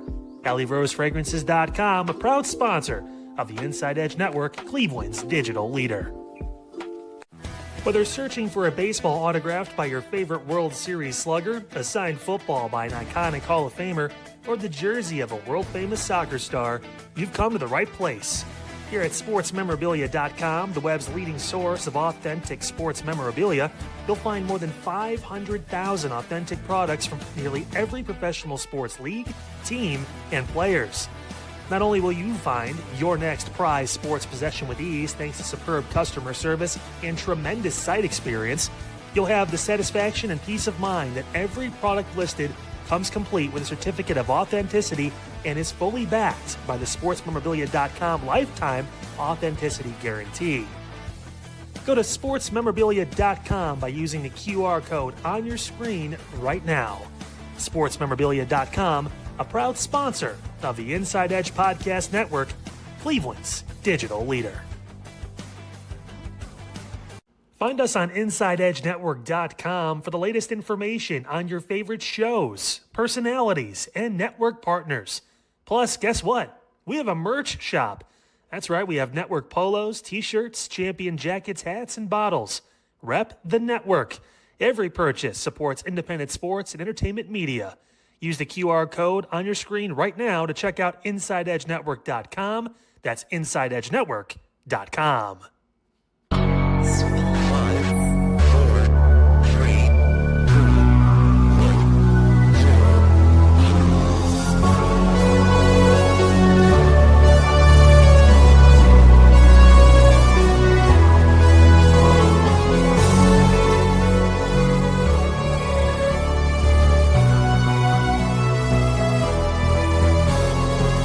All right, welcome back, everyone, to the Daily Spiral. Again, I don't want to ruin any happy homes. We're not going to talk about that person. no more. But let's move on to tonight's episode. Again, no recaps. We're just going to highlight some things that we've seen. So this is where I don't understand you saying that Casey has changed. I don't get this idea. So Melanie and Sincere and Amora are all talking to each other at different points of the episode, right? So Amora and Sincere go talk, and it's very awkward because Sincere's clearly lying to everyone, and he clearly doesn't want to tell the truth. In the kitchen is TT and Kuman. They see the situation, and Kuman calls Melanie a dumbass. Yeah, that happened. So once again, when like he when I say this episode, I truly clocked his shit, right? I clocked his shit. If you don't know what I'm talking about, I went on TikTok. I say him and Corbin are literally mad at the girls because the girls didn't pick them. We know we know he's still mad because nobody was behind his door. Okay, all right. That's the story. That's the arc. That's where it started. Right? It's where it started. But tonight he's gonna end up getting married to somebody in like 5 or 10 years, and he's gonna say, "Yeah, it all started because this woman believed me when she watched me not get picked behind that door." He would have. When I say the day he dies, he's gonna mention and be like, you know what? When I was on this reality TV show once, this group of girls didn't know me and they didn't pick me, even though I clearly was trying to trap them. Because he was not trying to trap. You were saying he's trying to trap all of them, or at least the 4. He's still behind the plant. Hold on. He's still behind the plant door because he thought that the girls like plants. He literally admitted that, and the girls were like, "Yeah, no, that's not the way to get us, right?" No, so it's clear that nobody believes in the environment. I understand. I get it. No, I'm effing with you. Yeah, you are right though. I'm messing around, but yes, he tried that and it didn't work. And then I do think though, like there's little things that us guys we don't catch, and I didn't catch that. You know, with him and Melanie, I did notice something though in the episode. Mm-hmm. When Sincere pulled, I'm just asking questions. This could be nothing. I'm just asking a question. Okay. Sincere pulled Melanie. Mm-hmm. Melanie and KC were talking on the couch. Yes. Do you make anything of that? No. Absolutely not. Melanie showed me last episode that she really does not like that man. I'm gonna just say this: none of the Villa girls like him, and we're gonna talk about the movie night pretty soon. But I want to just finish up with him and his behavior this episode, right? So again, he comes in this episode with Anaya talking about, "Ooh, I'm so happy the Carl's back. You can finally get off my dick."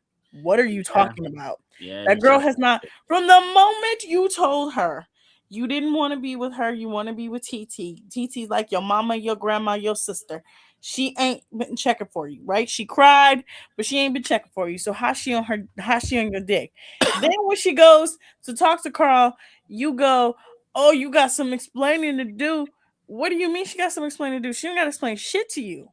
Then when they have the conversation at the end of the episode, hold up, time out. I'm sorry, I gotta jump in. I'm just asking questions. Okay. So I think what Casey was talking about, Anaya was she was, from what he saw and what he was told, she was exploring too.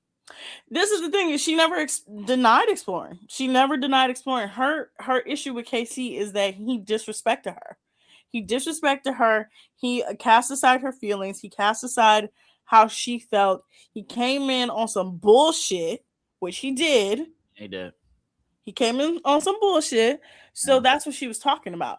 But in the moment, even at the end of the episode, when they go sit down to talk, and she's like, "Okay, you start first." He's like, "No, you start first." I would have immediately got up. We wouldn't even went back and forth. I would have been like, "You know what? You on some bullshit. We're not going to talk about this ever again." Yeah, that's what I would have done. She's better than me. Yeah, that's some 21, 22-year-old behavior. Yeah. I have to remember, too, that a good chunk of these people are young. So, like, there are certain things that they do that would have pissed me off from like the moment that the show started. I'm like, I'm good. Again, that scene literally would have, like, the moment he would have said, "No, you start," I would have been like, you know what? We're not gonna start anything. I wish you well. Enjoy your connection with TT. Bye. He wouldn't even got a conversation out of me. The fact that she sat down there, she was telling him, she was like, KC, she was like, you're disrespectful. And he was like, how am I disrespectful? And she's laying out all the facts of how he was disrespectful. He was like, well, I was still coming in trying to find a connection, and I was just trying to explain it to you, but you guys jumped down my throat. She was like, no, we weren't. She was like, you literally came in on 10, which he did. So I just felt like in that last conversation between them, she finally really saw who he was. And when she said, I think you're a good guy, you're just not the guy for me, I was like, girl, you about to see that he's a whole demon. He's a whole demon. Did you like at the end of that conversation? It's like, can I get a hug? And she said, no, fuck off. And I said, absolutely, girl. That's good answer. Good answer. Good answer. It's like Family Feud. Good answer. Good answer. No, I just like the fact that she stood on business this episode. I hate it. I am a hater of a Love Island girl who she gets her heart broken, and the whole entire time, the whole episode, she's like, I don't know, maybe he wants to talk to me, maybe I'll talk to him, I don't know. And then they have the conversation, and she kind of leaves the door open, or he kind of leaves the door open. You could tell he was trying to do that, and she shut that shit down. I'm very proud of her. I mean, all kidding aside, I'm very proud of her. And Melanie, the support team, she has a great support team. Whether I know some people don't mess around, because now again, straight men are watching, and I'm sure some football teams like, I don't mess with that core four, but it is a sisterhood. You do see it. And I love how Melanie, I do. I love how Melanie was like, hey, it's okay to break down. Don't do it here in front of people. She called him a Build-A-Bear. She said, you want to build that bitch? That was funny. She called him a bitch. She said, you don't want to build a bear? Yeah, I'm not gonna hold you. That was pretty funny. I'm like, all right, I understand. I get it. Yeah, so again, Kuman and Anaya are done. I'm so happy she's done with him.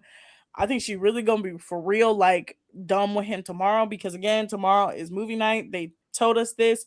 Before we get to our movie night predictions, there's a couple more things. So one other thing with KC and TT that I got, actually is more on TT. Yeah. Did you see TMZ? And I know about her restraining orders. Yeah. You think she's staying on the show? No, probably not. I think this week is her last week. Oh man. I think Thursday's her last show. Dang. Dang. I think Thursday's the last show for Corbin, Permita, TT, and KC, and probably Amora, because Amora says she wants to explore with Caleb, but Caleb is very clearly like he likes Jaden. So, I think Tiara is gone this week. But highlighted the episode, Trinity and Bryce, Brinity and 5. We love them. They are not just closed off AA. Yes. Their boyfriend and girlfriend. I think, well, I mean, who else is going to go? Well, there's Zach and I'm kidding. I mean, kind of, but, no, I'm sick of it. I am too. And again, I want to make it clear. I have no issue with any of that whatsoever, but it's just like, come on, like, it's getting to a point. Guys hugging from behind. I'm like, nah, man. It's really, no, for real. It's not like, at first it was like kind of funny. It was kind of a joke. It's really not funny anymore. Like, it's to the point where it's kind of disrespectful. And I'm like, just let it be. Like, it's essentially, it's the straight man running the joke into the ground, literally. Yeah, I would be concerned. I would be. Would you be concerned? Would you be concerned or exit out of that relationship if your significant or somebody you was going after was doing a little bit too much of that? Yes, I would. I would say something, because it's not just that he's doing it. It's like he's doing it, and we know he's disrespecting Trinity. That's where I'm at with it. Yeah. I'm like, at first it was kind of funny because it was like, oh, haha, like they're gay for each other, right? It's to the point now where you're just disrespecting her. We know you don't like her. Like, we know you don't like her. So that's why I'm just like, it's not funny anymore. Like, it's not funny. It's actually not cool. It's actually really, really like, you need to like stop. Right. I agree. Yeah. Like, And really he won't. No, won't. he's not gonna stop. He's not gonna stop at all. But yeah, their boyfriend and girlfriend, their date was very cute. They were on a boat, they took a jet ski and they scubaed, and I'm like, okay. And Ooh, when he's yay. and like I knew he was either gonna ask her to close it off. I definitely didn't think he was asking her gonna be his girlfriend, but I'm happy that they are boyfriend and girlfriend. I think they are number one to win. I think number two, a close second, if they can close it off within the next week and a half, is probably Carl and Anaya. Well, Corbin, he's closed off. Double A. Please. Okay, so let's before we go to break again. I'm just reporting stats on them. That's all I'm doing. Before we go to break again, I forgot about that. Oh my god, that was the dumbest thing I've ever seen. So go ahead, Autumn. Corbin decides to pull Kenzie for a chat. Kenzie essentially lets him have it. Is like, you ain't shit. You never gonna be shit. You need to stay over there with your Persian cat. You disrespectful. You told me you liked me. You lied to me. All of this stuff, right? The you Persian said cat, F America, and then you dumped me anyway. Yeah, right. Persian cat comes over and she just says a whole lot. Like, her and Corbin literally don't talk about anything. Every time they're on my screen, I'm like, what are you talking about? Nothing. It's like I'm losing brain cells every time I see them. You know, Autumn, I could make a case that they have more chemistry than Trinity and Bryce. They're both idiots. Look, the sexual chemistry is clearly there, but they're just like, it's literally like every time I see them on the screen, I'm like, oh my god, like he is clearly like just reciting lines that somebody's typing into his feed, and she's doing the same thing. Like somebody is both typing in lines to their feeds and is like, okay, talk to each other, right? And in that moment where she comes over to the girls and she's like, hey guys, I want to tell you something. And they're like, what? And she's like, we're closed off. And Jim was like, okay. I think like, all right. Early? She literally goes, if you're happy, I'm happy. And Jim was like, I don't even know how to, like, what do you even say to that? The way that came off, that is the vibe of, oh, you proposed to her 3 months in. You know what it gives the vibe of? If it gives the vibe of the friends you have that you like, they're like, oh my god, like they've been in a long-term relationship and then they decide to go on a date with somebody and you're like, oh, how did your date go? And you're like, and they're like, we said I love you to each other. And you're like, huh? And they're like, yeah, we said I love you. And you're like, why would you say I love you? Because I love her. And it's like, what are you talking about? What are you talking about? And then when they break up, you're like, but I thought you loved her. I didn't love her. And they just keep moving on. That's what the vibes of Corbin gives me. Is like every girl he dates, he has to tell them he loves them. Why do I have a feeling? I'm thinking ahead to the reunion. Why do I have a feeling if Andy Cohen is going to do it again? I'm assuming. I hope he does. And like, if he does it again, I hope they're going to do some bit, some AI bit. They're clearly going to do an AI bit. Because we're all calling him Corbin GPT. Oh man, they're gonna do something with that. But you know what though, Kenzie, and I do have some thoughts on Kenzie, but it's not even like it's not the. No, let's just speed through these thoughts on Kenzie. Kenzie's lustful. We know she's lustful. She just wants multiple boyfriends. That's it. I know she's playing the game and she's kind of skating by because the dude kind of still in the spotlight, but kind of doing the same thing. This is the thing about Kenzie. This is the thing about Kenzie that I have a problem with. Kenzie will do something and she'll be like, and she'll get back into my good graces. And I'm like, yes, girl, you killing it. And then she'll do something like she did today. And it's like, why did you do that? That's why she didn't have to do that. Autumn. That's why she was the only one who was somewhat happy when all that stuff was going on last week. Her head was above water because she was the only one. It's like, you guys will be okay. I'm playing the game. It's good. Just when I say double A, I like when she kissed Gaul at the end of the episode. I was like, she just wants two boyfriends. Like that's all she wants. Yeah, I'm gonna be honest. I was not feeling the end of the episode because it in wrestling we talk about this. It's like, okay, a great storyline is fantastic. It's great. When you run it again, You know, it's like anybody who watches wrestling, it's the bloodline. Like when you do it again. All right, Kenzie's fight. She's competing over two dudes again, and then in the same episode tonight, she's saying, "Well, she looked at Corbin. This is the one time where I looked at Kenzie a little sideways because she's like, I could have explored something with Caleb." Oh my God, when she brought up the Caleb thing, and he was like, "Well, why didn't you?" I was like, girl, I was like, the whole point of it is that you liked Corbin. Look, somebody pointed out that in the villa so far, she has had 7 connections. She had Zach, Sean, Corbin, Caleb, Dylan, Gall. Who else? Shit. Maybe somebody else. Who knows? One of the newer people. I don't know. She's had at least 6 to 7. So she's had at least 6 to 7 connections, right? That's still a lot. Yeah. And I'm just like, this is week 4. This is still a lot. And the fact that she still wants to explore, and we're in week 4, girl, you have a week and a half left. Not even. I'm having a hard time keeping track of her stuff. Literally, it's this coming up Sunday and next Sunday. That the show ends in a week and a half. Literally. So I'm just like, when I say Kenzie, just like every time she does something, I'm like, oh my God. I'm like, okay, I see you, girl. I see you on the right track. And then she does something like tonight, and it's like, why would you do that? Also, she is very clearly lying when she says she's never had a roster before. Nobody is that talented to start when they don't have a roster. Yeah. She clearly hasn't had a roster before. That is very clear to me. That's why Caleb, they brought Caleb on the show specifically for her because they thought if America had it their way, she would have been gone like 3 weeks ago. Kenzie would have been gone.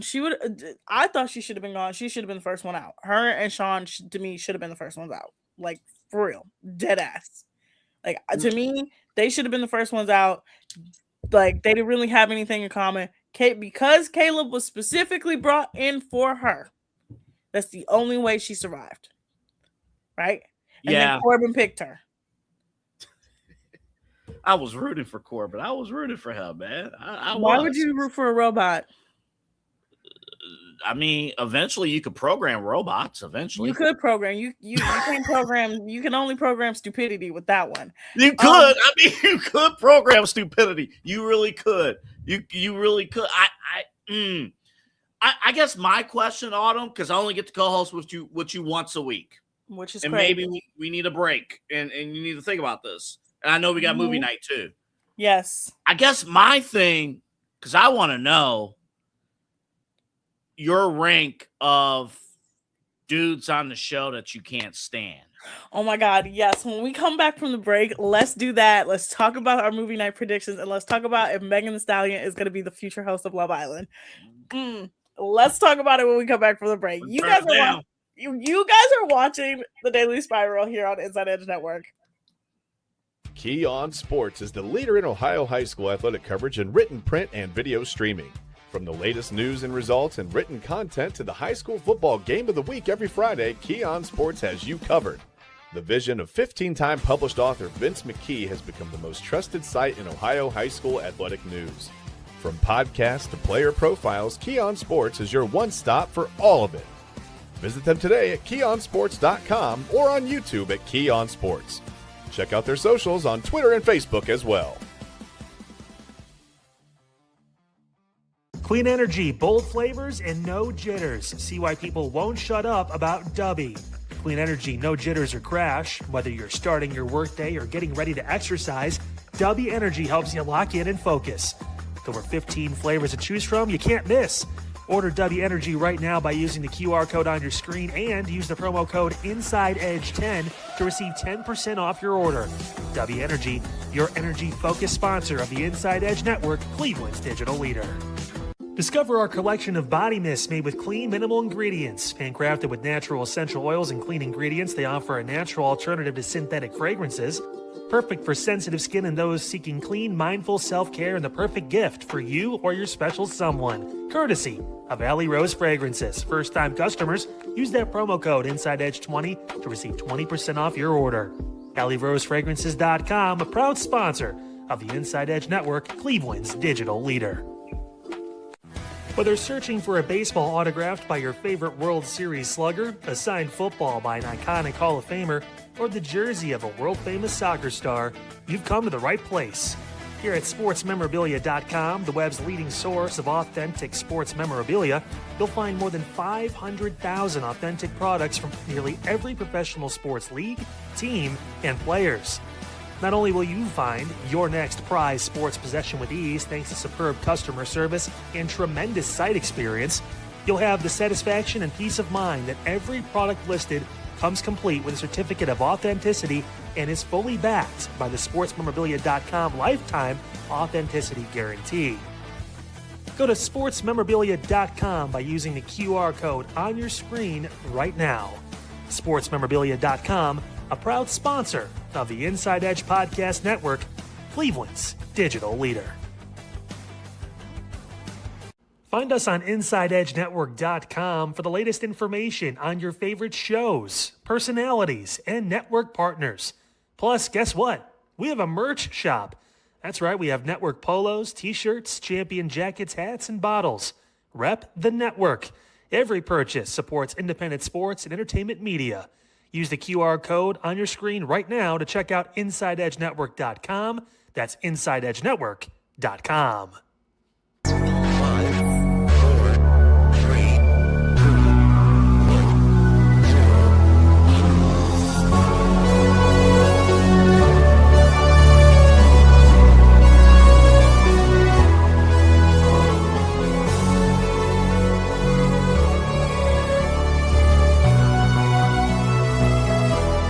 All right, welcome back to the Daily Spiral, everyone. Double A asked me a lovely question before the break. He asked me my ranking of these terrible ass men on Love Island. And I did not say terrible ass men. I just said that's men. what I heard. That's what I heard you say. That's what I heard you say. I heard you said terrible ass men on Love Island. And I'm a rank them right now, okay? And I'm gonna rank them from best to worst, right? Number 1, Bryce. Curse you for making me put a white man first. I hate this. Okay. I'm not Bryce, booing he's white. Yeah, no, you understand. Bryce, somehow, some way, is still terrible, but not as terrible as the others. He still engages with the tomfoolery, but I know at the end of the day, he would probably defend the girls. You know what? Actually, I'm gonna switch it. I'm gonna go Carl number 1, Bryce number 2. Okay. Carl, so far, been mature, defended Anaya when he needed to, came in, said his walls were going to be up. Them walls is made of literal sticks. There ain't no way in hell that by this weekend, what walls? There ain't gonna be no walls. The man, that's worse than the paper you said on TikTok. Oh yeah, no, it's I watched it with my eyes tonight. It sticks. The man was rubbing her legs. He was telling her how hurt he was as he was rubbing her legs. You know, it's gonna take a while for me for you to earn my trust. It's okay. Literally. He literally brought her breakfast, checked her out, said she looked good. Like, boy, your walls is paper thin. They sticks. Okay. Carl number 1, Rice number 2, Caleb number 3. He's just there at this point. He's just there. He's kind of coasting. He don't really talk shit. He's just there. Number 4 is Dylan. I feel bad for him. Kenzie is playing the hell out of him. I still think she's gonna choose him at the end of the day. She don't like Gaul. He strokes her ego. Yeah. I had the vibe. He was kind of entertaining that.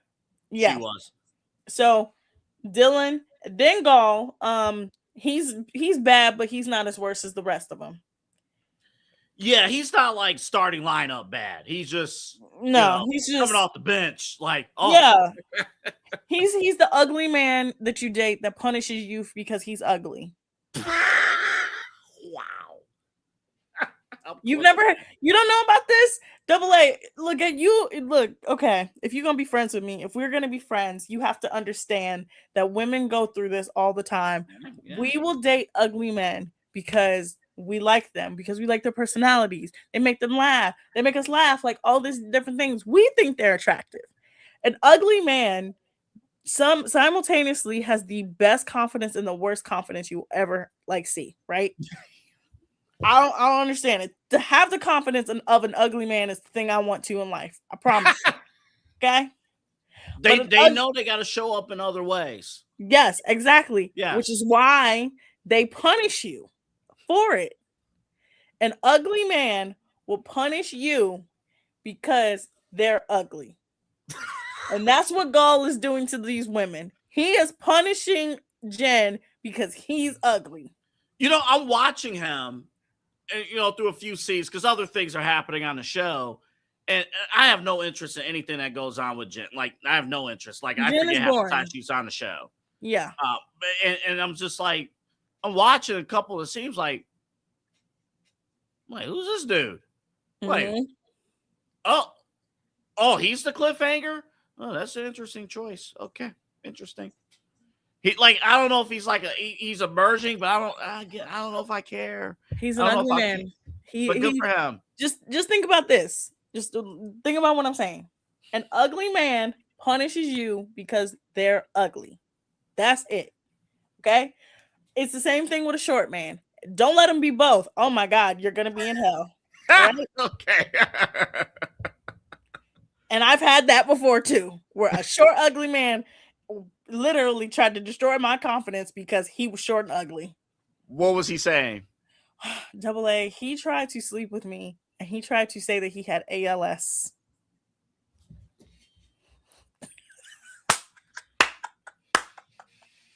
He literally texted me.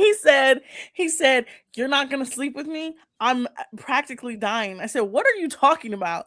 He goes, "Yeah, I have ALS." I'm like, "You really have ALS?" He said, "No, but I could have." A short, ugly man will punish you because they're short and ugly. And that's why he's always on the "Are you dating the same guy" pages, because he's short and ugly. Man. Absolutely. Man. Mm-hmm.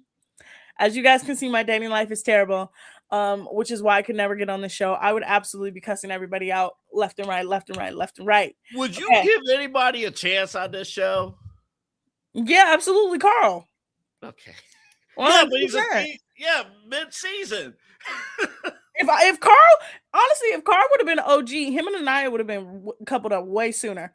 But let's get back to the list. Yes. All right, because this is where it gets bad. All right.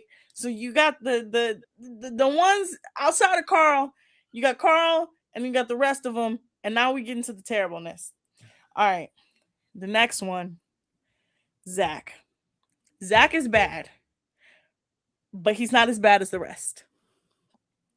Zach is bad because Zach is just playing the game. Zach just wants to win. Okay. So he's constantly contradicting himself. He's constantly doing things. He's constantly positioning himself to get in the midst of everybody else because he just wants to win. He's terrible, but he's not as terrible as the rest of them. Hey, he did say the L word. He didn't remember.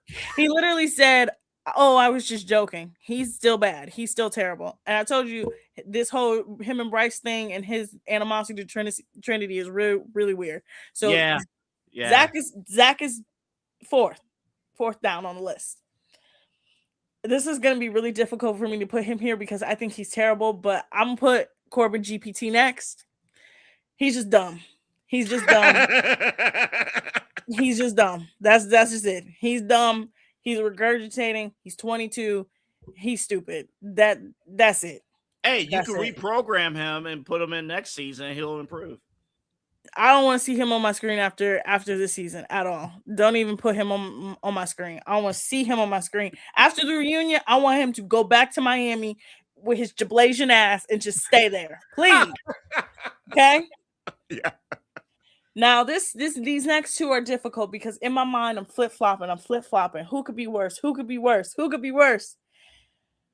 And only because of his behavior over the last 3 days, I have to put Sincere as second to last. Only because Sincere may be psychotic and he may be a liar, but he's not disrespectful. in the ways that Kuman is. He's disrespectful, but not the Kuman level disrespect. Sincere has been disrespectful from the episode Sincere 1. has been disrespectful the entire time, but in the ways that Kuman is not just look, Sincere is terrible. Sincere is a literal sociopath. Sincere, I told y'all, somebody said he's on the wrong show. He needs to be on Traders. Somebody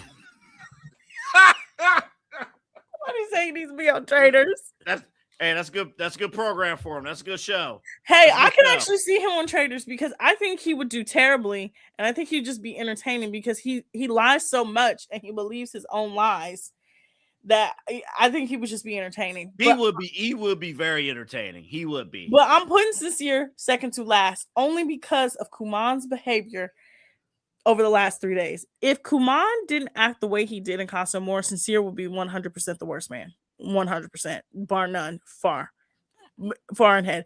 But because of Kuman's behavior in Casa Amor and the way he acted at the recoupling and the way he's acted over the last few episodes and the way we know he's gonna act the ass tomorrow, he's the worst. He's the worst of the worst.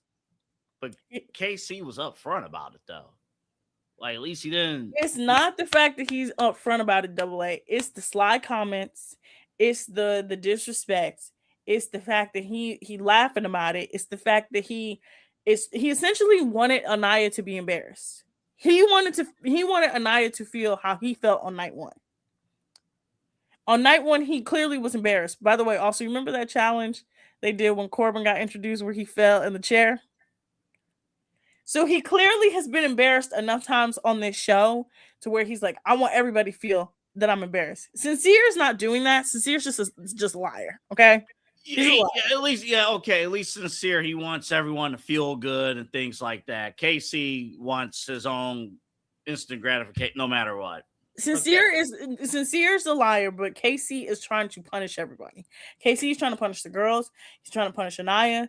He's gonna try to punish TT if TT does anything tomorrow during movie night. So that's why I say Sincere is not as bad as Kuman. Kuman is bad. Sincere is something. Sincere is just I have no words for him. Every time he's on my screen, I truly am like, yo, how did they find him? He is a gold mine. Like he is truly a gold mine of just terrible. Like he is just a terrible person. He is perfect for reality TV. Yo, he's gonna need like security or something when he goes home.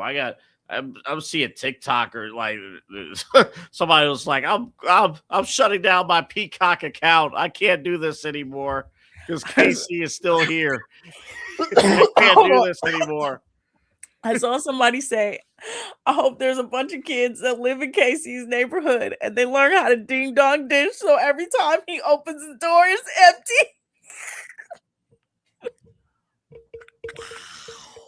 Wow. That would be so funny.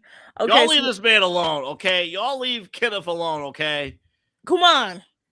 I'm calling him Kenneth. Come on, because he's a black Muslim. Come on. Yeah, that is true. Nation of Islam to be exact. Come on. Yes. What? Oh, by the way, oh my God. Okay. Oh my God. Let's talk about the Maya Angelou tattoo. I did not realize that was on his back. It was. It is. So you remember when Trinity got the cake thrown at her and she was like, ha ha, you missed. And then they had that whole back and forth. And she was like, and still you rise. That's because on his back, he has still I rise. Yeah, he needed to rise after episode 1. And Anaya was like, you better raise your ass down. Oh my God. When I tell you, they have been cracking me up for the last 2 days. So, okay. So let's get to movie night. We only got a few minutes left before we get to Double A's crack show, the midnight run. Movie night is tomorrow night. It is confirmed. I told y'all on TikTok, I told y'all on here that movie night was going to be on Tuesday because they need a cliffhanger for Wednesday so people get to talking about them. Did you make a selection on the Instagram page? Yes, I did. I posted my comment and then I sent them a message. I also sent them a message through the Twitter challenge because they're also doing the Twitter challenge too, which I'm guessing is probably going to be this weekend. But what do you think we're going to see? Because again, it's fan curated. This movie night. Well, do you think we're going to see? First of all, because again, my first season was last season, season 7. This is my very first movie night experience. And I did not cheat and look back at season 6. So I want to watch this first, and then I'll go back and watch the season 6. So much. I want to, Sincere needs to be fully exposed. For me, like, this is all about, like, KC that's done. Sincere needs to be fully exposed. I don't think I still don't believe it's fully clicking with Melanie what's happening. And I think that needs to go.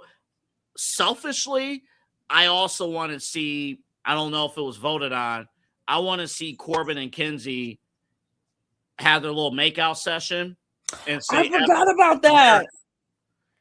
And I want that to be in the forefront just because Kenzie's exploring and doing all this. I need her to be exposed for not locking down with anybody. I need Caleb to strike back at both Corbin and Kenzie because Caleb's been in the background. He's gracefully have allowed things to play out. Caleb was all in on Kenzie, and Kenzie, just like Corbin, went behind his back. Corbin did it twice, by the way, to Caleb.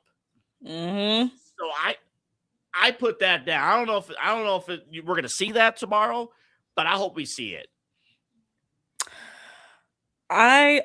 So because I personally have, first of all, I did also want a Kenzie moment in there too. I wanted Kenzie talking slick about Melanie in there because I think she has gotten off a little too easy. I agree. Because she talks shit about everybody and she does things and she's very slick and she gets off because the boys are worse. Yeah. So I agree. I think we'll definitely see Kenzie, like Casey and Corbin, because that's 100% the conversation that's been at the forefront is Casey and Corbin. And I think a lot of people really put that because they thought Anaya wasn't going to stand on business tonight.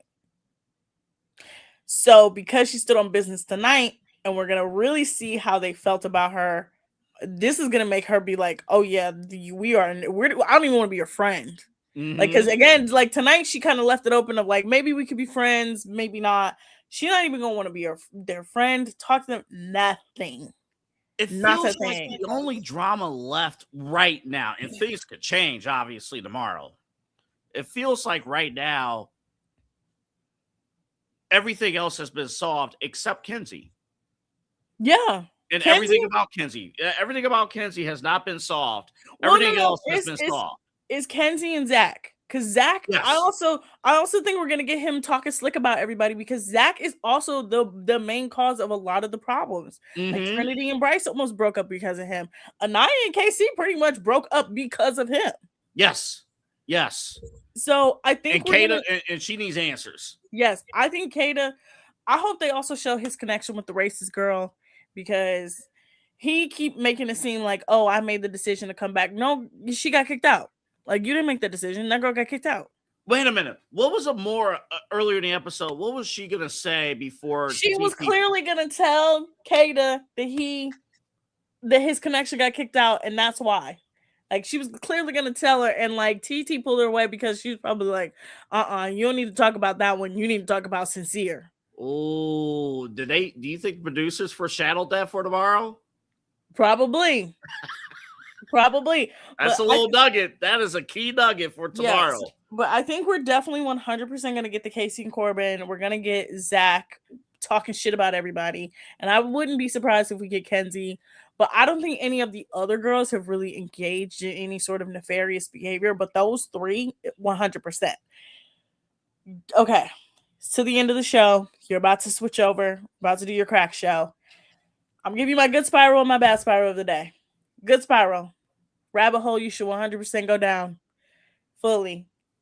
FIFA World Cup. We are entering the knockout stages, y'all. Teams who have never won before are winning. Teams who were expected to go far are losing. Germany was officially knocked out of the World Cup, and they expected to go far. They did not go far. But good spiral, World Cup. Bad spiral, LeBron and the Warriors. Don't go down that road. Don't do that to yourself. Ooh. Don't think about that. Don't think about that. I think that's a really bad spiral. I think that's a really bad thing to think about because what the hell is that team in? You know what that team reminds me of? That reminds me of 2018 Cavaliers pre-trades when LeBron got all of them old ass players in there and then they couldn't win anything. And so they had to all get traded away because they were old as the hell. D Wade and all those old guys. So I don't know why the Warriors think that recreating that would be any sort of like semblance of like normal. I've learned through this process, Autumn, because you're opening the door for my first topic on my show. I think, first off, I've learned through this whole process and throughout LeBron's career, he should not be a GM. No, he's terrible at it. He is terrible. I told you this years ago. He's a terrible GM. LeBron is one of the worst GMs ever. The way he is terrible at building teams. Terrible.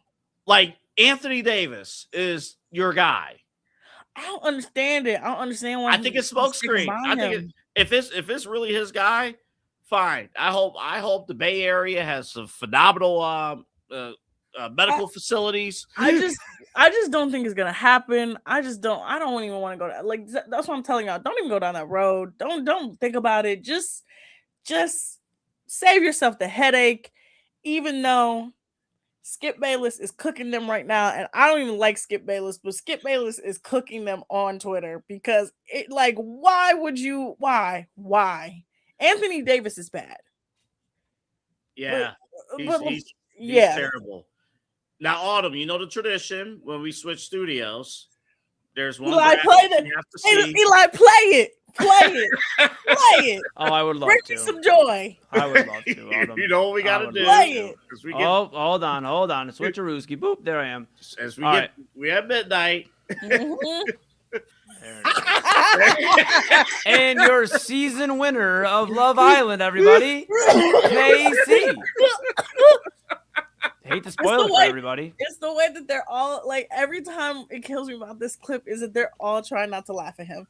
They're all trying so hard not to laugh at him because it's so funny. Autumn, I gotta be honest with you. I know we gotta hand it over to Double A. Mm-hmm. You told some stories tonight about bad dating. I can't wait to share some bad dating stories tomorrow. Oh, I cannot wait. Eli, you have to watch movie night tomorrow. This is mandatory. Autumn, how would I be able to spiral with you if I don't? This is mandatory. Just like Chad has to watch it too. Chad, I know you're listening. You also have to watch movie night. Movie night is mandatory to watch. Okay? Yeah, movie night is like of all the episodes, and like there's a few where it's like mandatory appointment viewing. Tomorrow is appointment viewing. Yeah, I'm excited. Movie night. I'm excited. Gotta watch it. When is the show's finale? Love Island. It's not this Sunday coming up after that. So I think it's hold on. Let me look at my calendar. Let me look at my beautiful, lovely calendar. It would actually be July 12th. July 12th. That's a Sunday? Yes, Sunday, July 12th is going to be the Love Island finale. And here's the thing, Double A. Seasons may end, but Love Island is forever. Mm-hmm. Oh, you have to think about it. So Sunday, July 12th is the last episode, and probably August, probably 21st. No, 20th. It will be the reunion episode. Oh yeah. Oh yeah. Soul's gonna come back into the reunion and say, "Remember me?" Irrelevant. He's irrelevant at this point. There's so much of the season has happened. Girl, hang it up. Hang it up. 3 weeks ago. We have moved on. That's it. She a baddie, but we moved on, and that's it. Hang it up. It's like, what are you holding on to? That Casey didn't want to explore. Look at how he doing tonight. Girl, you saved yourself. Okay. Do you want that? Oh my goodness. Eli, do you feel better or worse about KC after the events that have transpired? I thought you were gonna ask me a completely different question. I've never been necessarily against KC. I mean, he's made some false moves, maybe some questionable moves. But again, time to play the game. And that's what he's done the whole time. Autumn, I don't know. Autumn, we'll talk about it tomorrow. Look, and I got some stories. I got some stories too for you. You talked about some bad day. Oh, I got some. Eli, I didn't even tell the worst of it. I told 3. We'll save it for tomorrow. I told you guys the 3 most tame stories in my book, okay? Okay, you bring one extreme one and one tame one tomorrow. I'll bring one extreme one and one tame tomorrow. Yo, Absolutely. the ALS thing, yo. That one was wild. I told you guys. that He is so out of literally said pocket. to me, I'm dying. I He said, said- what are you talking about? And he said, I have ALS. I said, what? And he said, no, I don't. I may though. May though is crazy. May is a month. Come on.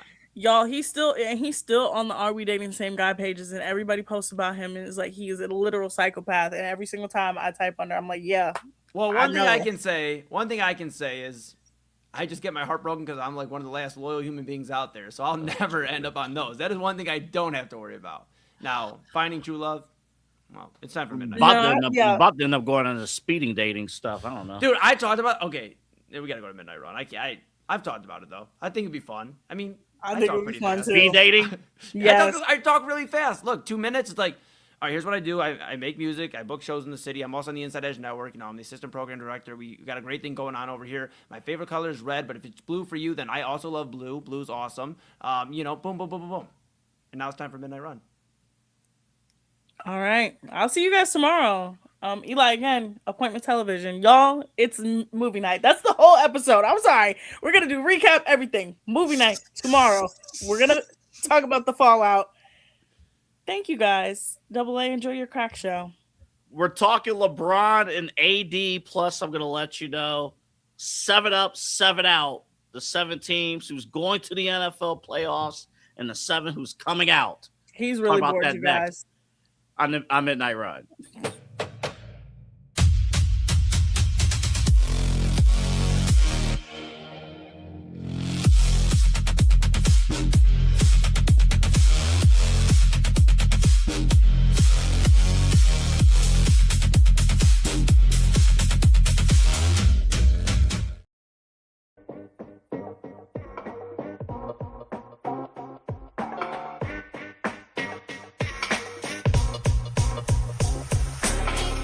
This is Midnight Run on the Inside Edge Network.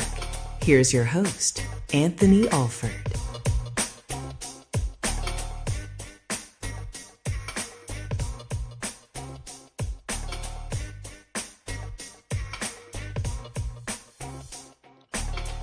Hello, everybody. Welcome to Midnight Run here on the Inside Edge Network. I got to show you guys something. Hold on. Look what came in today. My new Alley Rose candle just came in today. This is the summer collection. The sage candles. These are phenomenal. These are great.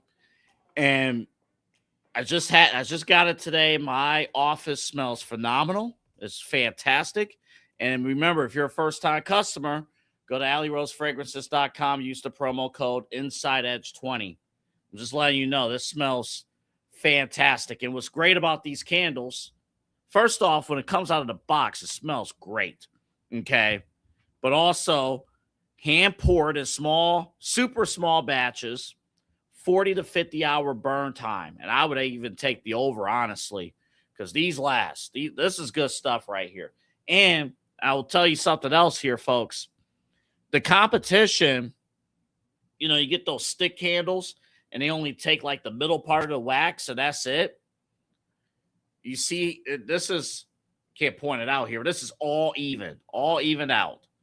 This is good stuff. AlleyRoseFragrances.com, AlleyRoseFragrances.com. Your first-time customer, use the promo code InsideEdge20. Stored right there in my office. My whole place. Omar is not lying to you when he says he comes here and my place smells phenomenal. Absolutely. I actually had to overcome the strong smell of bacon wrapped honey buns, and the candles did that.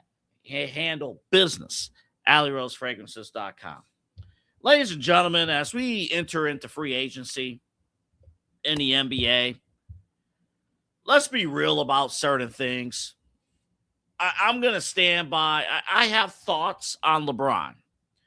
I will hold back on certain thoughts until a decision is made. I've learned over his career that we should wait for his decisions to be made, because some may affect certain fan bases. Couldn't you tell? I have a button-up shirt ready to go on standby. Maybe July 12th won't be the only thing going on with the Love Island season finale. It might be decision day. So I'll hold my thoughts there. But do we honestly believe that the holdup with LeBron joining the Golden State Warriors is Anthony Davis? Do you really believe in any package deal with LeBron James is Anthony Davis or bust? I think he's full of it. I think Clutch Sports is trying to work the room. And it's very obvious they're trying to work the room with everything, including us here in Cleveland, including us, with any comments in terms of the Cavs, in terms of what, how they can move, how they're trying to move. It's all smoke screen. First off, we got to understand the Washington Wizards, the way they're viewing their organization right now, they feel like after years of garbage, we have Trae Young. Almost said Trey Songz. I was listening to his music earlier today. You have Trae Young, and you have Anthony Davis. You're able, let's drive up AD's value, but also there was a 0.5% chance of LeBron joining the Wizards. I don't think that's going to happen, but the whole point is driving up Anthony Davis and his value. I get it. Absolutely get it. We saw earlier today, Draymond Green opted out of his deal, the clear space, and then Porzingis signed a new deal, so that space may not be there anymore. That's why all this is BS. You're going to really go out of your way. Hey, I want to – it comes down to what LeBron – what does he want to do? What does he want to do? I understand the ideal scenario is to eat the cake and, have the ice cream too. Championship contending team, play with your best friends, lifestyle, not much of a change. I mean, going from Los Angeles to the Bay Area, to San Francisco, you could still fly down to Southern California. That's not that much of a change. But he also wants to get paid too. I have a hard time believing that a roster full of older dudes. I mean, I'll put it to you this way. If the 2004 Los Angeles Lakers with an older Karl Malone and an older Gary Payton, veterans, if they couldn't overcome the Detroit Pistons, and this Lakers team, of course, this was the prime, the final season of Kobe and Shaq.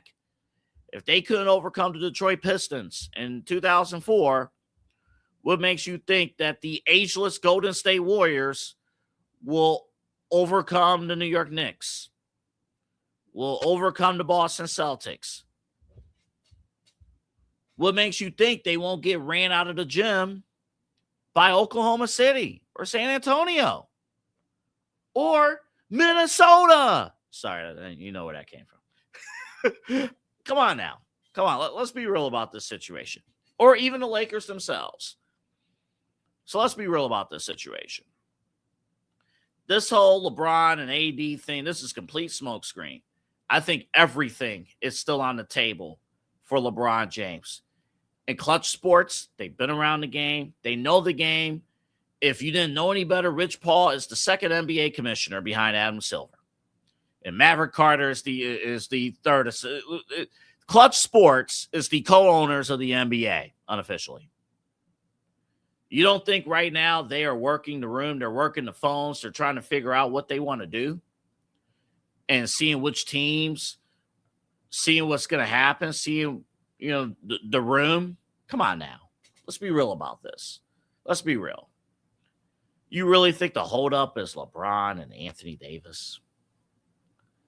A guy who you're guaranteed is not going to finish the season. Well, that's a guarantee. And this also proves the point, too. If LeBron is actually serious about having Anthony Davis, LeBron shouldn't be a general manager. Autumn brought up a great point that I kind of forgot about. The 2017 or 17-18 Cavaliers, we remember, the young guns at the end of the season, but at the beginning of the season, it was a ton of old heads that joined LeBron because LeBron wanted to play with his best friends. Turned out his best friends were all old and slow, and they had to be traded away. And in fact, the Cavaliers looked, and then I believe Kobe Altman, this was one of his first year on the job, looked and said, this roster is too old. They can't run the floor against, at the time, the Boston Celtics, the Toronto Raptors, the Atlanta Hawks. You can't run. And they went all young. That's how you got to win. So we'll see.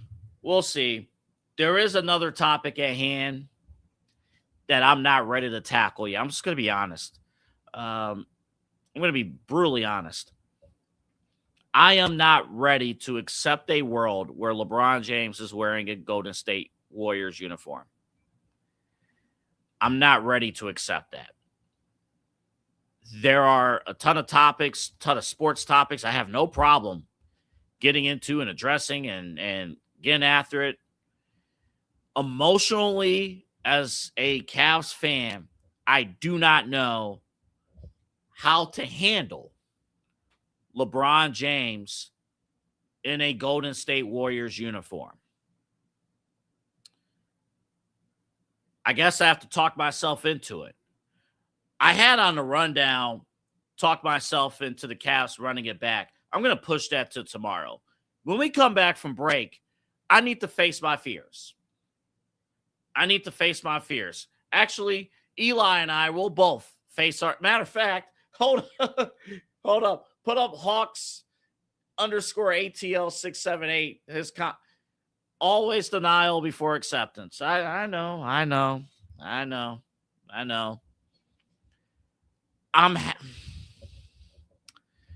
Let's get into our feels for a second when we come back from break. How would you feel if LeBron James is wearing a Golden State uniform and he's playing with the Warriors? I'm not even talking about from a basketball X's and O's standpoint. I'm talking from a standpoint of a fan. I'm talking from a standpoint of we faced the Warriors 4 straight years in the NBA Finals. We just celebrated a week ago. 10 years of the Cavaliers winning the 2016 NBA championship. We just celebrated this. And there is a possibility, we can't shield from it, that our GOAT, LeBron James, could be wearing their uniform next week. We'll face our fears. We'll face our feelings next on Midnight Rush. Key On Sports is the leader in Ohio high school athletic coverage in written, print, and video streaming. From the latest news and results and written content to the high school football game of the week every Friday, Key On Sports has you covered. The vision of 15-time published author Vince McKee has become the most trusted site in Ohio high school athletic news. From podcasts to player profiles, Key On Sports is your one-stop for all of it. Visit them today at keyonsports.com or on YouTube at Key On Sports. Check out their socials on Twitter and Facebook as well. Clean energy, bold flavors, and no jitters. See why people won't shut up about Dubby. Clean energy, no jitters or crash. Whether you're starting your workday or getting ready to exercise, Dubby Energy helps you lock in and focus. With over 15 flavors to choose from, you can't miss. Order Dubby Energy right now by using the QR code on your screen and use the promo code InsideEdge10 to receive 10% off your order. Dubby Energy, your energy-focused sponsor of the Inside Edge Network, Cleveland's digital leader. Discover our collection of body mists made with clean, minimal ingredients. Handcrafted with natural essential oils and clean ingredients, they offer a natural alternative to synthetic fragrances. Perfect for sensitive skin and those seeking clean, mindful self-care, and the perfect gift for you or your special someone. Courtesy of Alley Rose Fragrances. First-time customers, use that promo code InsideEdge20 to receive 20% off your order. AlleyRoseFragrances.com, a proud sponsor of the Inside Edge Network, Cleveland's digital leader. Whether searching for a baseball autographed by your favorite World Series slugger, a signed football by an iconic Hall of Famer, or the jersey of a world-famous soccer star, you've come to the right place. Here at SportsMemorabilia.com, the web's leading source of authentic sports memorabilia, you'll find more than 500,000 authentic products from nearly every professional sports league, team, and players. Not only will you find your next prized sports possession with ease thanks to superb customer service and tremendous site experience, you'll have the satisfaction and peace of mind that every product listed comes complete with a certificate of authenticity and is fully backed by the SportsMemorabilia.com lifetime authenticity guarantee. Go to SportsMemorabilia.com by using the QR code on your screen right now. SportsMemorabilia.com, a proud sponsor of the Inside Edge Podcast Network, Cleveland's digital leader. Find us on InsideEdgeNetwork.com for the latest information on your favorite shows, personalities, and network partners. Plus, guess what? We have a merch shop. That's right, we have network polos, t-shirts, champion jackets, hats, and bottles. Rep the network. Every purchase supports independent sports and entertainment media. Use the QR code on your screen right now to check out InsideEdgeNetwork.com. That's InsideEdgeNetwork.com.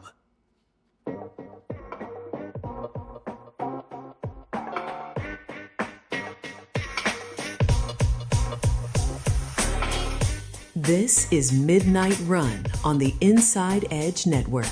Here's your host, Anthony Alford.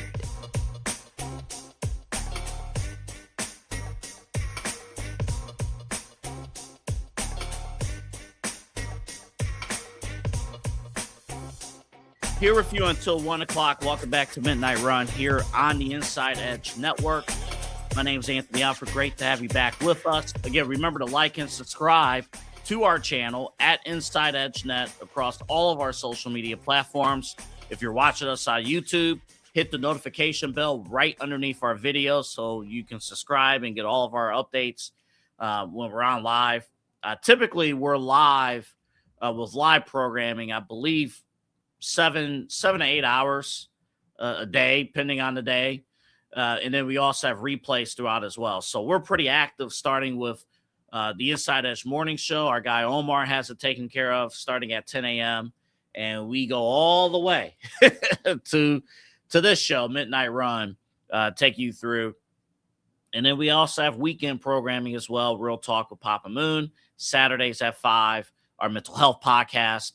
And then the main event with myself, Eli Moon, and Rob Brzezicki, Sunday nights, 9 p.m. right here on the Inside Edge Network. Also, remember, we have a Roku app.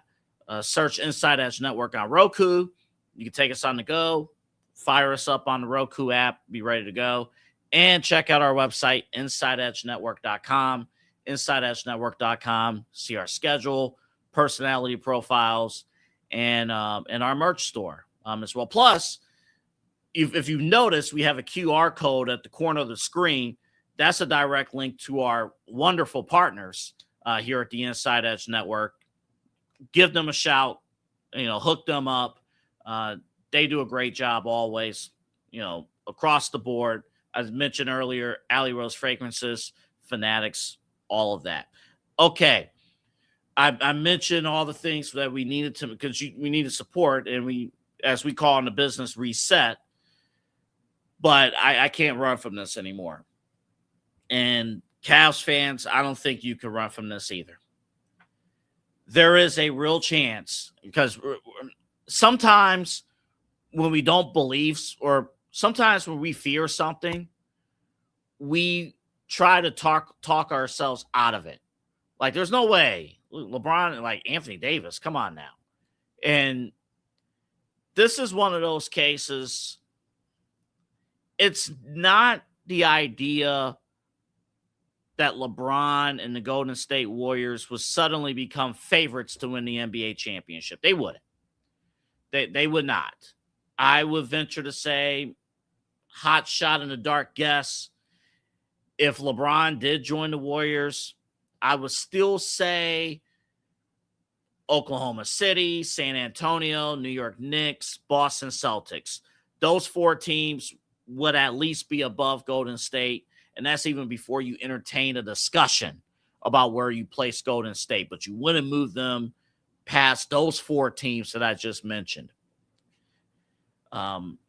If you're a strong Cavalier believer, you could make a case that the Cavaliers will have just as much of a chance, probably more, to win the NBA title than the LeBron-led Golden State Warriors. Again, we're talking about guys in their early 40s and late 30s. We're not talking about guys in their late 20s and early 30s. But let's take the X's and O's out of it. Let's talk in our feelings for a second, because there is a chance this can go down. And I know we were heartbroken. Cavs fans were heartbroken about the decision. I know we didn't react too harshly about LeBron going to the Lakers because, all right, you won the championship. We kind of still was in the honeymoon period, even though we have lost 2 after, 2017, 2018, we lost both those years. But we were still in the honeymoon period as fans. And with LeBron and going to the Lakers, we understood, okay, live your life, your lifestyle, cool. And we don't have an emotional attachment to the Lakers other than it's that famous team out west that the legends have played for. Kobe, Shaq, Magic Johnson, you name it, they played for the Lakers. Kareem, all those guys. This is different. If LeBron joins the Golden State Warriors, he needs to shut the hell up about talking about legacy and chasing rings and stuff and how he should be considered the greatest of all time and how a city like Cleveland should fully embrace him. He's full of shit if he goes to the Golden State Warriors. End of story. Full of it. You mean to tell me you go for battle 4 straight years here in Cleveland and then some with the Lakers? Lakers, Warriors, all those things. And then we're going to get lectured and say, none of that matters. Stephen Curry is actually one of my best friends. And all along, I want to be teammates with him. And you ought to be accepting of me wearing a Golden State Warriors uniform. No, I will not do that. No, absolutely not. And if I'm sitting here looking petty, I'm sorry. My team went to war with that team for 4 straight NBA finals. I watched that team steal championships away from us by acquiring Kevin Durant. We should have had 2, maybe 3 titles.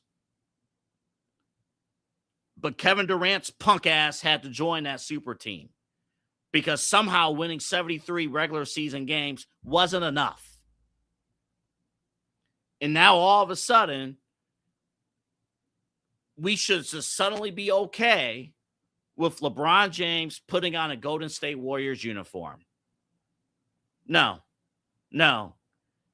And then when the Warriors face the Cavaliers, when they come to town, whenever that is on the regular season schedule next year, we're supposed to stand up and applaud LeBron James while he's wearing the exact uniform that prevented us from winning multiple titles. And we went to battle. We went to war with. But it doesn't surprise me. If you look over the career arc, we're talking about rivalries, this generation never embraced it. We tried to speak into existence the LeBron-Carmelo Anthony rivalry. No, they're best friends. No, can't do that.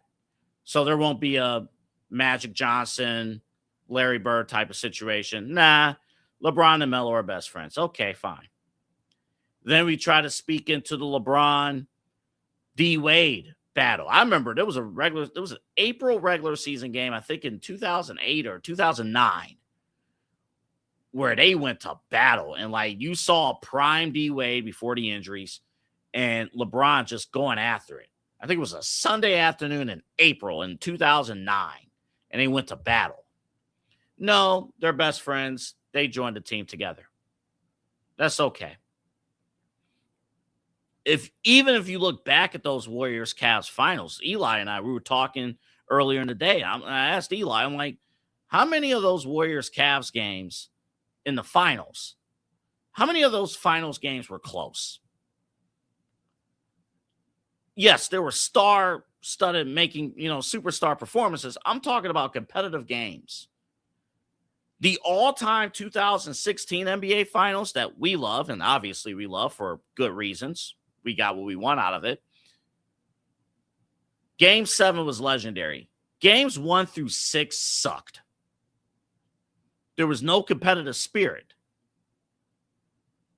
But again, same generation, my generation, millennial generation, that says, oh, it's okay if we're just, we're all friends. We'll do it all again tomorrow. We'll do it all another day. No.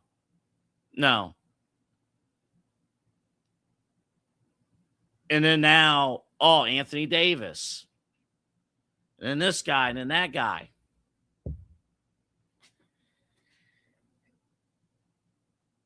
I haven't talked about this before because, to be perfectly honest, as a sports fan, we go out of our way to support our teams.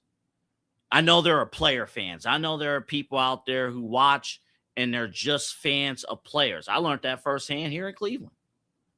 When LeBron took his talents to South Beach, I learned, not everybody who lives here and wears a Cleveland Cavalier uniform or Cleveland Cavalier gear, not all of them are Cleveland Cavalier fans. Some are LeBron fans. Learned that the hard way. When you saw Miami Heat number 6 jerseys here in town in fall of 2010, 2011. Yeah, that's how you go through the effing trenches. LeBron wearing a Golden State uniform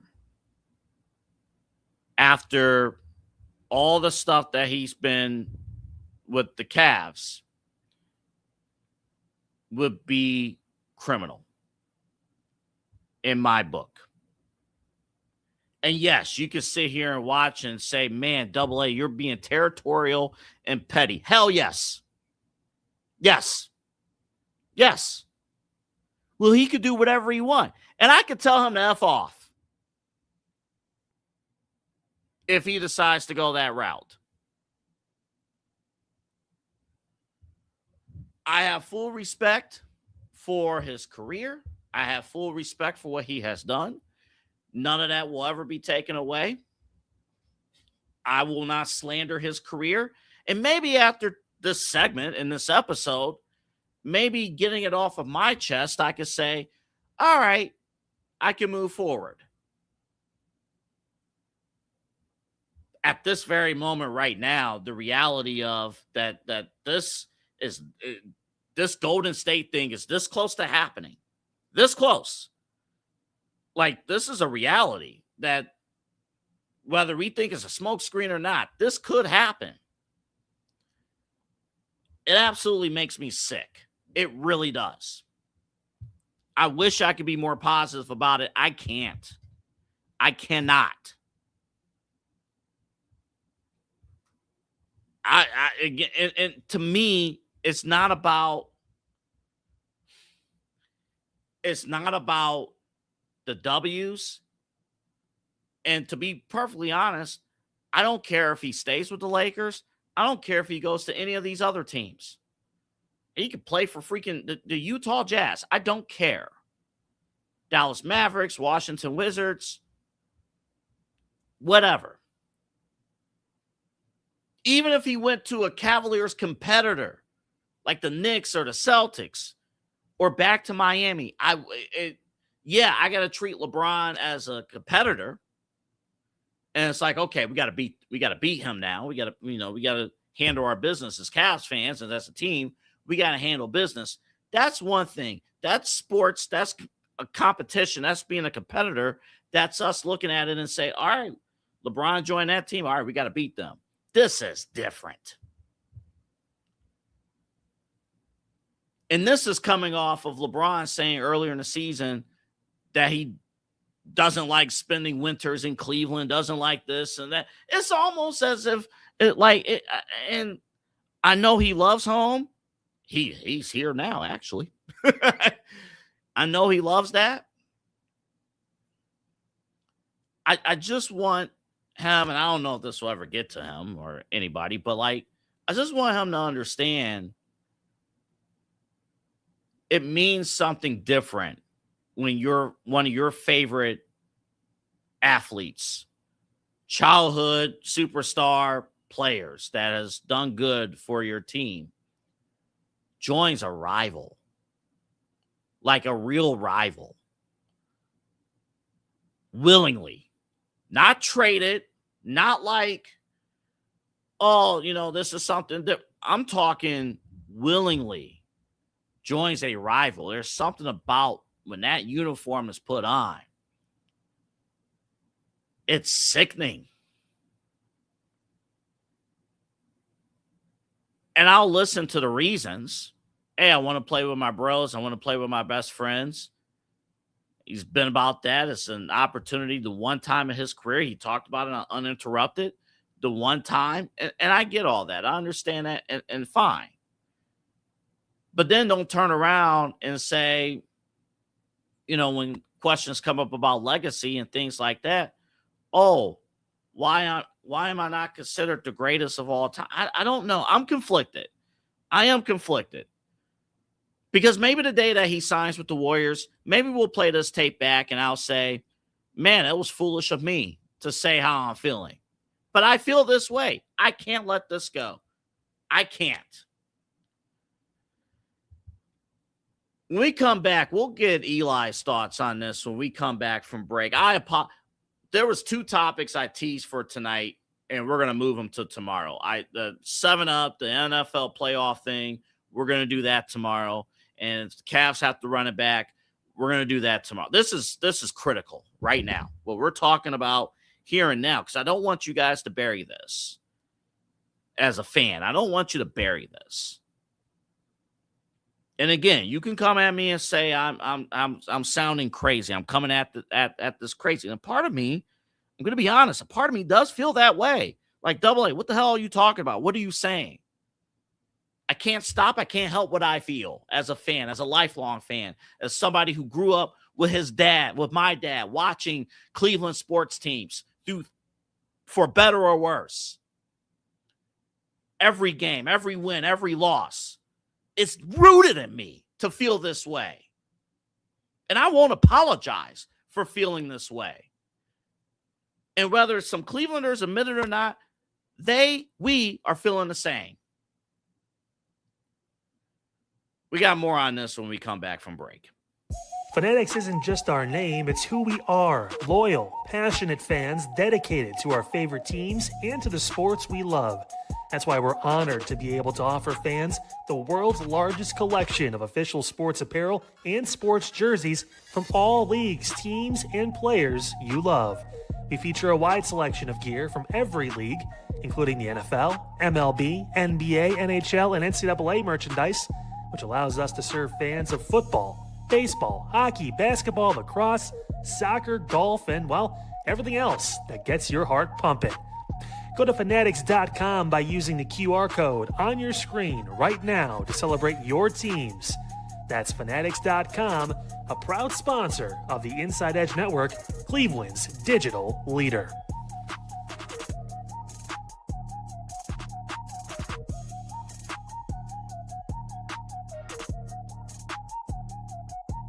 Small business owners are superheroes, but nowadays running your business means doing so inside your shop and on social media. That's why you should make Omega Video Marketing your sidekick. With a decade of content creation experience, I create dynamic, informative, and fun videos for your specific social needs that will increase brand awareness, get you more followers, and keep your social pages and websites current and fresh. I offer flexible pricing and turn times and will work with you to understand your brand and your story. All of that comes from the heart. My award-winning expertise is just the cherry on top. So let's get connected. After all, your brand is the alpha and my expertise is the omega. Discover our collection of handcrafted candles. That's right, every product is thoughtfully created in small batches free from harmful toxins for mindful everyday indulgence. Our candles are hand-poured in coconut soy wax with natural wood wicks, offering a long-lasting burn and rich fragrances. Create a cozy, safe ambiance for your home with candles from Alley Rose Fragrances. First-time customers use the promo code InsideEdge20 to receive 20% off your order. AlleyRoseFragrances.com, proud sponsor of the Inside Edge Podcast Network. Mosser Moments Photography is a husband and wife wedding photography team based in Cleveland, owned and operated by InsideEdge Network's very own Ryan Mosser and his wife Hallie. For the past 10 years, they've captured more than 100 weddings across Northeast Ohio and beyond, always working together as a true two-person team. Their style centers on authentic, emotional storytelling, documenting the real moments between two people in love and creating images that feel natural, comfortable, and true to the couple. Rooted in Northern Ohio but inspired by their travels, Ryan and Hallie bring a warm, personal approach to every wedding day. Their work blends experience, consistency, and a genuine passion for helping couples relive their best day through timeless photography. Learn more at MosserMomentsPhotography.com by using the QR code on your screen right now. MosserMomentsPhotography.com, a proud sponsor of the Inside Edge Network, Cleveland's digital leader. Oh, what's up, Inside Edge Network? It's Omar Clausel from the Morning Show. Had a jam-packed Monday, just getting you set for the rest of the week, honestly, doing that weekend catch-up. A lot of World Cup action happening. You get the round of 32 starting. We also had community chat. Eli and I kind of touched on some of the events that we went to this weekend and previewed the events happening this weekend. So yeah, make sure you check us out, InsideEdgeNetwork.com. Check out some of our partners as well. Make sure you tune in. Inside Edge Network, it's all happening, baby.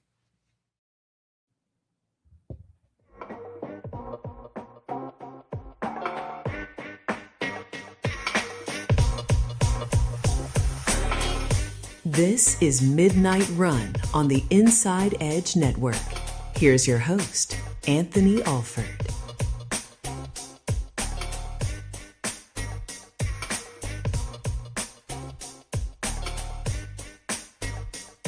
By the way, Omar's going to have a busy show coming up in the morning.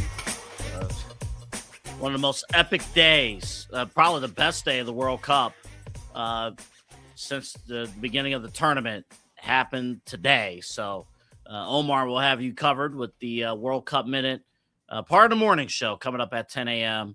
Right here on the Inside Edge Network. This show has turned into therapy for me, I guess. It's therapy, and for anybody watching, listen. Let's bring in Eli. Eli Moon's my producer and host of Inside Edge Primetime with Chad B. Every night, 10 o'clock here on the network. And just recapping, if you guys are just joining us, we're not talking X's and O's. We're not talking about anything else. But as a Cavs fan, let's get into it. How would you feel if LeBron James joined the Golden State Warriors? And maybe I'll feel differently in 10 days, but right now I kind of shoved the feeling away and maybe I dismissed it. I would feel sick to my stomach, to be perfectly honest. And yes, I'm being petty. Yes, I'm being territorial, but I don't care. I know how I feel as a Clevelander, as a Cleveland sports fan, as a Cavs fan, knowing how much we went through those battles. And to me, it looks like he's just pissing it all away. And he's going to tell me, oh, it's okay. You either accept it or F off. I'm like, I just watched you and this team celebrate 10 years of winning the effing championship. Yeah. Eli, I can't even transition and give you a question. Yeah. Just start talking. Yeah, you're all good, Double A. It's a lot to unpack. How do I want to start this? LeBron's a great player, obviously. One of the greatest players of all time. You know, most people have him in their top 2, if not number 1. That's never been debated. He's very talented. You know, the all-time scoring leader, a 4-time NBA champion, multi-time MVP. Probably should have a few more of those. You know, he brought Cleveland our first championship in 52 years. So thank you, LeBron. Thank you. But let's get into it, Double A. The big reason why a lot of people are not so keen on wanting to put LeBron over Michael Jordan or whoever you have at number 1. I'd be surprised if it wasn't Michael Jordan, maybe Kareem. But regardless, I'd be kind of on the side at this point of the people that are not going to put LeBron at number 1 because he's absolutely needed the perfect terms everywhere he goes to win a championship. And you could say, okay, Michael Jordan, he had the perfect terms. Okay. Michael Jordan didn't team up with Larry Bird and Magic Johnson, and he didn't go pull up some other guys. He didn't bring Dominique Wilkins in at one point to be his wing. I mean, he didn't do that. Sure, he has Scottie Pippen. Sure, he has some other very talented players. But there was a clear number 1. You think of Kobe Bryant. Sure, he had Shaquille O'Neal. They teamed up for a little bit, and then they split. Kobe wanted to do it by himself. Sure, he had help by Paul Gasol and Ron Artest or Metta World Peace, whatever you'd like to know him at that time. He had help because great players get help. But for LeBron, it's always, I have to have the perfect situation to go to. Let's look at it from his whole career. Starts in Cleveland. Obviously, that's not perfect because Cavs were a dumpster fire when he first got here. They worked to an 07 NBA Finals appearance, get bounced by the Spurs in a sweep, and he leaves for Miami. Why, Double A? Because it was the perfect situation at the time. Couldn't overcome Boston and then Orlando. Couldn't overcome them, and he had 2 of his buddies, Dwayne Wade and Chris Bosh, that he could team up with in Miami. A change of scenery, go to Florida. Perfect situation. Why not? So there he goes. Not 6, not 7, not 8. Yeah, not even 4. But with that being said, you look at when he comes back in 2014. Double A is the perfect situation. Cleveland's been longing for LeBron to come back. Please, somebody win a championship here. Please, somebody do it. So what does he do? The king returns home. Cue the Skylar Gray. Everybody's happy.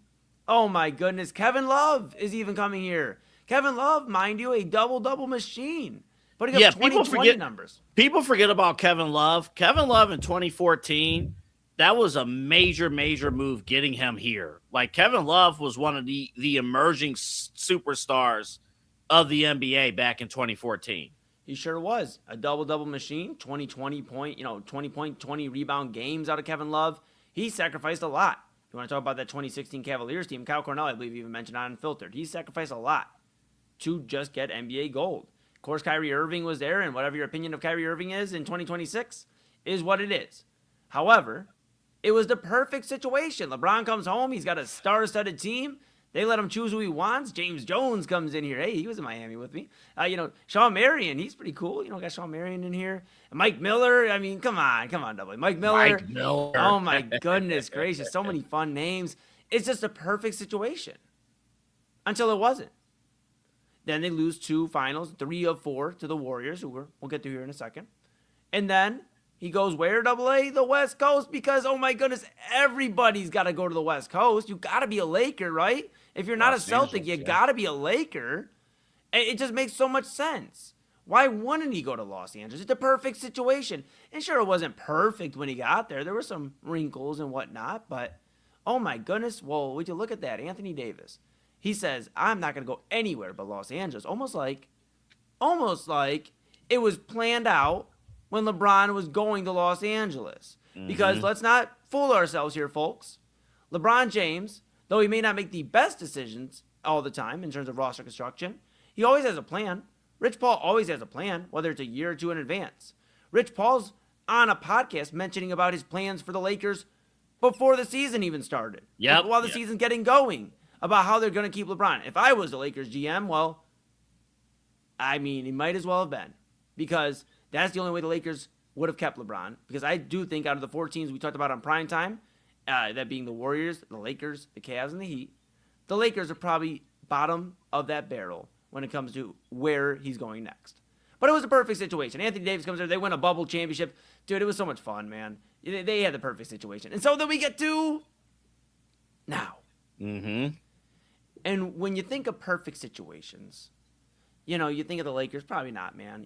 They're going to run it back. Probably not. Jalen Duren may go there. Probably not going to happen. You think of the Heat. Sure, Giannis would be a lot of fun. And bam. And, you have that experience of Team USA. It's nice, AA, but it's not perfect. Right. So then, and when you talk about the Miami lifestyle, he's obviously not in his 20s anymore. He has a full family and, right. Yeah, no. So it's a good situation, AA, but LeBron doesn't look for good. He looks for perfect. So we look at the Cleveland Cavaliers. Okay. Well, he's coming home. Cleveland, he's played here twice. 2 extensive runs here. He's got a championship. He could do the Skylar Grade Q. Boom, back on. It looks nice. And then you look at the roster and I don't know. And then you look at Golden. Oh, my goodness, AA, we're here. Boom. Golden State. Sure, it may not be perfect on the outside looking in.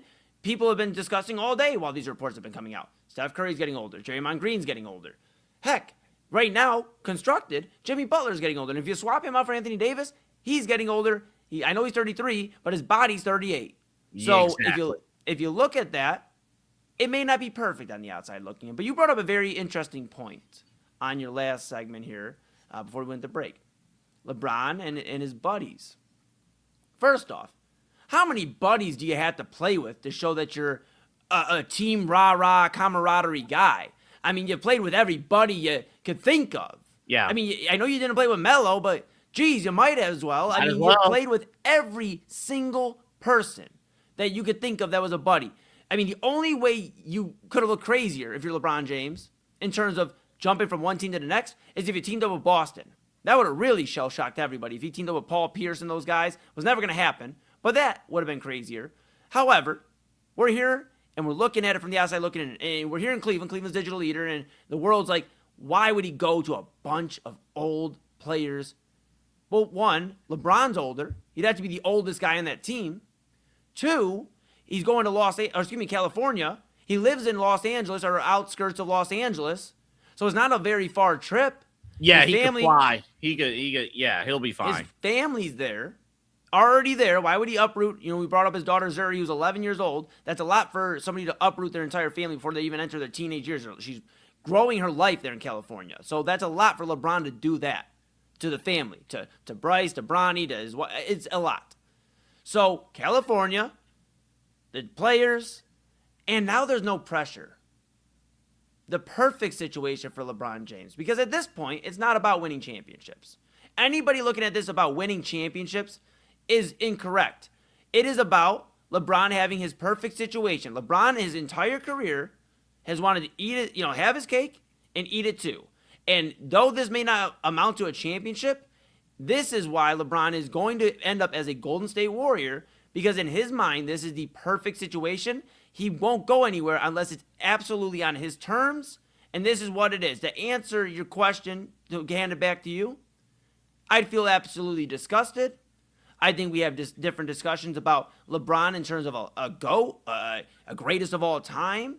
Because how many teams can you jump around to and make it perfect for you to win? Greats make situations great. They don't go to a situation that's great and leech off of it. That's what we discussed with Kevin Durant. And I know it's not the same. Durant went the year after, but that's how I would feel, AA. Not to be elongated, but you got me thinking. This is just a perfect situation for LeBron. Unfortunately, this is the worst way to end his career and will leave people discussing his legacy for years to come in a bad light. I guess my other thing, too, because from the career standpoint, obviously, yeah, that's up there. And it'll be a full rock star retirement tour. Like the Golden State Warriors will be the Beatles, coming to town and stuff. People will like it.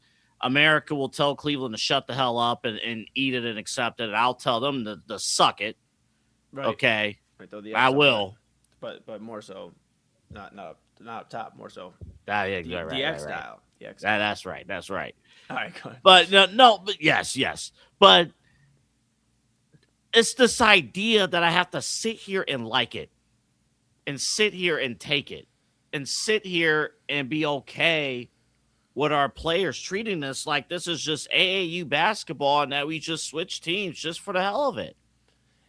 Yeah. It bothers me. What Kevin Durant did, and Kevin Durant, we haven't even played the clip. One of these days I'll load the clip in. It's from a week ago. You could play it 10 years ago. It will still piss me off.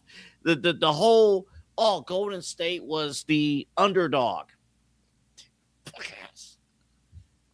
Show you underdog.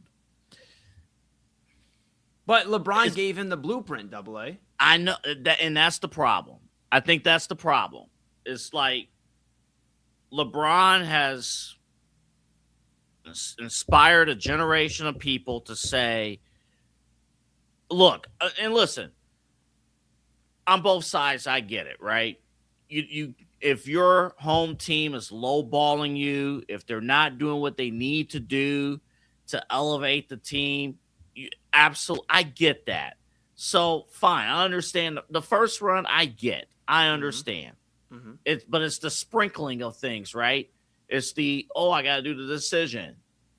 It's those things, and I don't. This is the one time I didn't think I would go down this path tonight. I really didn't, but I'm like speechless because I don't know. There's a part of me that would be legitimately would be happy if he is with his bros in Golden State. Like, I won't hate if you took away the Golden State uniform and it was just random uniform, the Seattle Sonics and Curry, LeBron, Draymond, if Jimmy Butler, I'm all in. Let's go. It's that uniform. It's that history. It's what is what we went through. That bothers me because you're not showing respect. You're not showing respect to your own fan, to your own city. You're not showing the respect. That's not his city, though. If you ask him, he's already been very clear. I forgot. And he doesn't even like going back to Akron. He's already mentioned that. I forgot because I learned that even though you claim Northeast Ohio, Akron is just effing Akron. Yep. Yeah. And he's been very clear that he doesn't even like visiting his own hometown. He's said that in a scrum, practice in the Lakers season earlier this year when he got in hot water under the Memphis comments. He said, I don't even like going back to my own hometown. That should have been telling enough. LeBron is from Akron. He's a Northeast Ohioan. But this isn't home. This is not home. He can sell it, and I'm going to be so honest. LeBron, again, one of the greatest of all time. I'm not going to disparage him there. But he is a great, great storyteller. In fact, WWE's creative team could use LeBron James because he knows how to craft a story. He has found a storyline out of everything. And I just keep hearing, and it's nothing you're doing wrong, but you keep saying he wants to go play with his bros. AA, who exactly are your bros, man? I don't understand that. How can you, in a competitive field, say these are my bros while we're actively playing? Now, guys have made amends. Bird and Magic, they've talked after their playing careers because and things. It's a different time, Eli. That's I know, why. But AA, what I'm saying is Eli, their competition is us, the fans. I get it, but what I'm saying is, how many times do we allow that excuse? And not saying you're saying anything wrong, because that's what a lot of people are saying, the bros. But how many bros do you have? Originally, it was Wade and Bosh, because you couldn't get Carmelo. You guys came together. But then Anthony Davis somehow is your bro, who came into the league, in 2012? You already 9 years established, but he's your bro.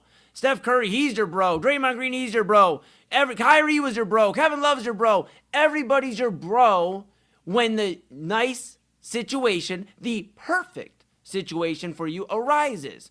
He is the absolute definition of of a hopping superstar. Everybody talks about, why does so-and-so want to go here? Why does everybody want to leave after this? Why? Because LeBron James has created this era of basketball. Now, we may see it change. We see, obviously, and I know Wembanyama got his ass whooped in the finals, but he cares about the game. That's a guy who didn't shake any hands of the New York Knicks, whether it was right or wrong. He's bringing competitive basketball back. There's a few other guys that are doing the same. But LeBron James, being the leader of this era, has created this where superstars find a perfect situation, and that's what it is. It's the elitist class. Correct. That's what it is. It's the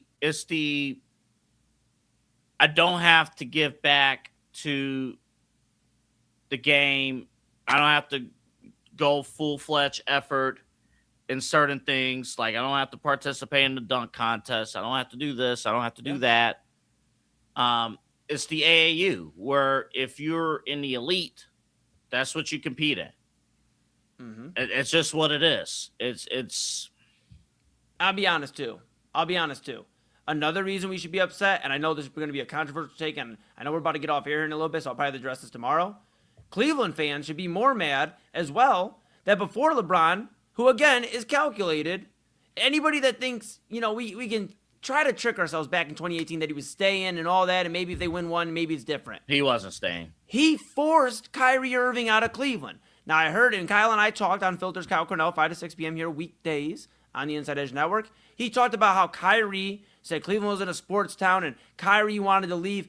Everybody seems, and not everybody, but a lot of people seem to miss the report that comes out that the Cavaliers were secretly shopping him. And it wasn't just Dan Gilbert. Dan Gilbert and David Griffin didn't just, hey, let's trade Kyrie Irving off the heels of one finals loss after winning the year before. They looked to trade Kyrie Irving because LeBron James wanted to play with a bro, Paul George, another bro. LeBron has so many bros. He'll never be lonely, double A. He has so many bros. So we should be upset as Cleveland fans, whether you want to say Kyrie Irving would have led the next generation if LeBron leaves or whatever. At least we would have had somebody we could go, that's our guy. We drafted him in 2011, and he's going to rock with us. And we're going to build around him and see what happens. Kevin Love stays, and we can add and retool. Instead, the whole thing went in 2018 when LeBron left. It did. Do you remember Colin Sexton?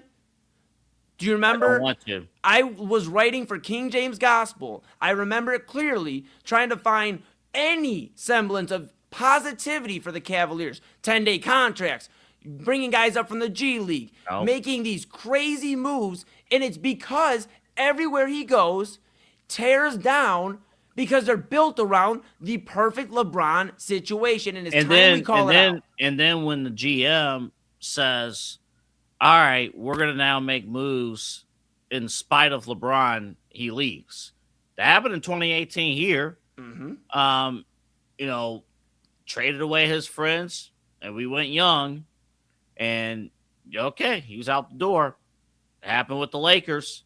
They chose Austin Reeves, Luka, and they're moving on, or they're going to move on, and it's up to LeBron. I mean, listen, we're out of time. This is Golden State's probably the perfect opportunity. It's probably the perfect place for him to go. Yeah, you're spot on. And again, it's your show, so I'll hand it back to you. I just got one more thing. You actually brought up one more thing. The dude is literally the smartest businessman in the world, but will stab you in your back. Anthony Davis, his bro, was moved for Luka Doncic. Again, another bro. this guy has so many freaking bros. I don't understand it. He moved Luka Doncic, or for Luka Doncic. Everybody that wants to say, LeBron had no clue. LeBron said he had no clue. You don't approve that. You don't get that. You don't just allow that deal to just, I didn't know in the middle of February or late January. It was my birthday. It happened February 1st. It happened. This is like and they're in different eras. This is the equivalent of like Patrick Mahomes. I know he's been a hot topic here the last couple of days on the main event and Unfiltered all across the Inside Edge Network. That'd be like Patrick Mahomes right now being like, Kansas City, I love you, but I want to go play with my bros. Matt Stafford retires. Let's a hypothetical world, Matt Stafford retires. I go play with the Los Angeles Rams because they're all my bros. And then I go play here and here because Patrick Mahomes is on the path to where he's already halfway to Brady's, or excuse me, he's about halfway roughly with 3 Super Bowls to Brady's 7. So now he just has to, if he just goes plays with his bros double A and follows the LeBron method, he probably can get there, right? But we'll see what happens. We'll see. All right, that's the show. That's the show. There's topics we were going to do today. We'll do the playoff thing tomorrow. Yeah. We'll do that tomorrow. But no, it's exhausting just because, look, if you're joining us, it's like, oh, Cleveland hosts are upset that LeBron's not coming to Cleveland. I don't care if he doesn't come to Cleveland or not. He go wherever he wants. All I'll say is, you go to a rival willingly. Go to a rival where he faced this team 4 straight years in the NBA Finals, plus additional years with the Los Angeles Lakers. I don't care about that part, but I'm just talking about this. Actually, the Lakers part is kind of important too because you're pissing on those fans too. But that's another point, and LA can take care of that. But yeah, it's just disappointing if it plays out that way. Now, there's still a lot of time. The free agency period in the NBA technically starts at midnight tomorrow night when we start this show. So it will be off and running. We'll have the latest details on what's going on with free agency with the NBA and so much more. So much more here on Midnight Run. But I aired it out. That's my therapy. Now I'm going to bed. And you should too. Good night.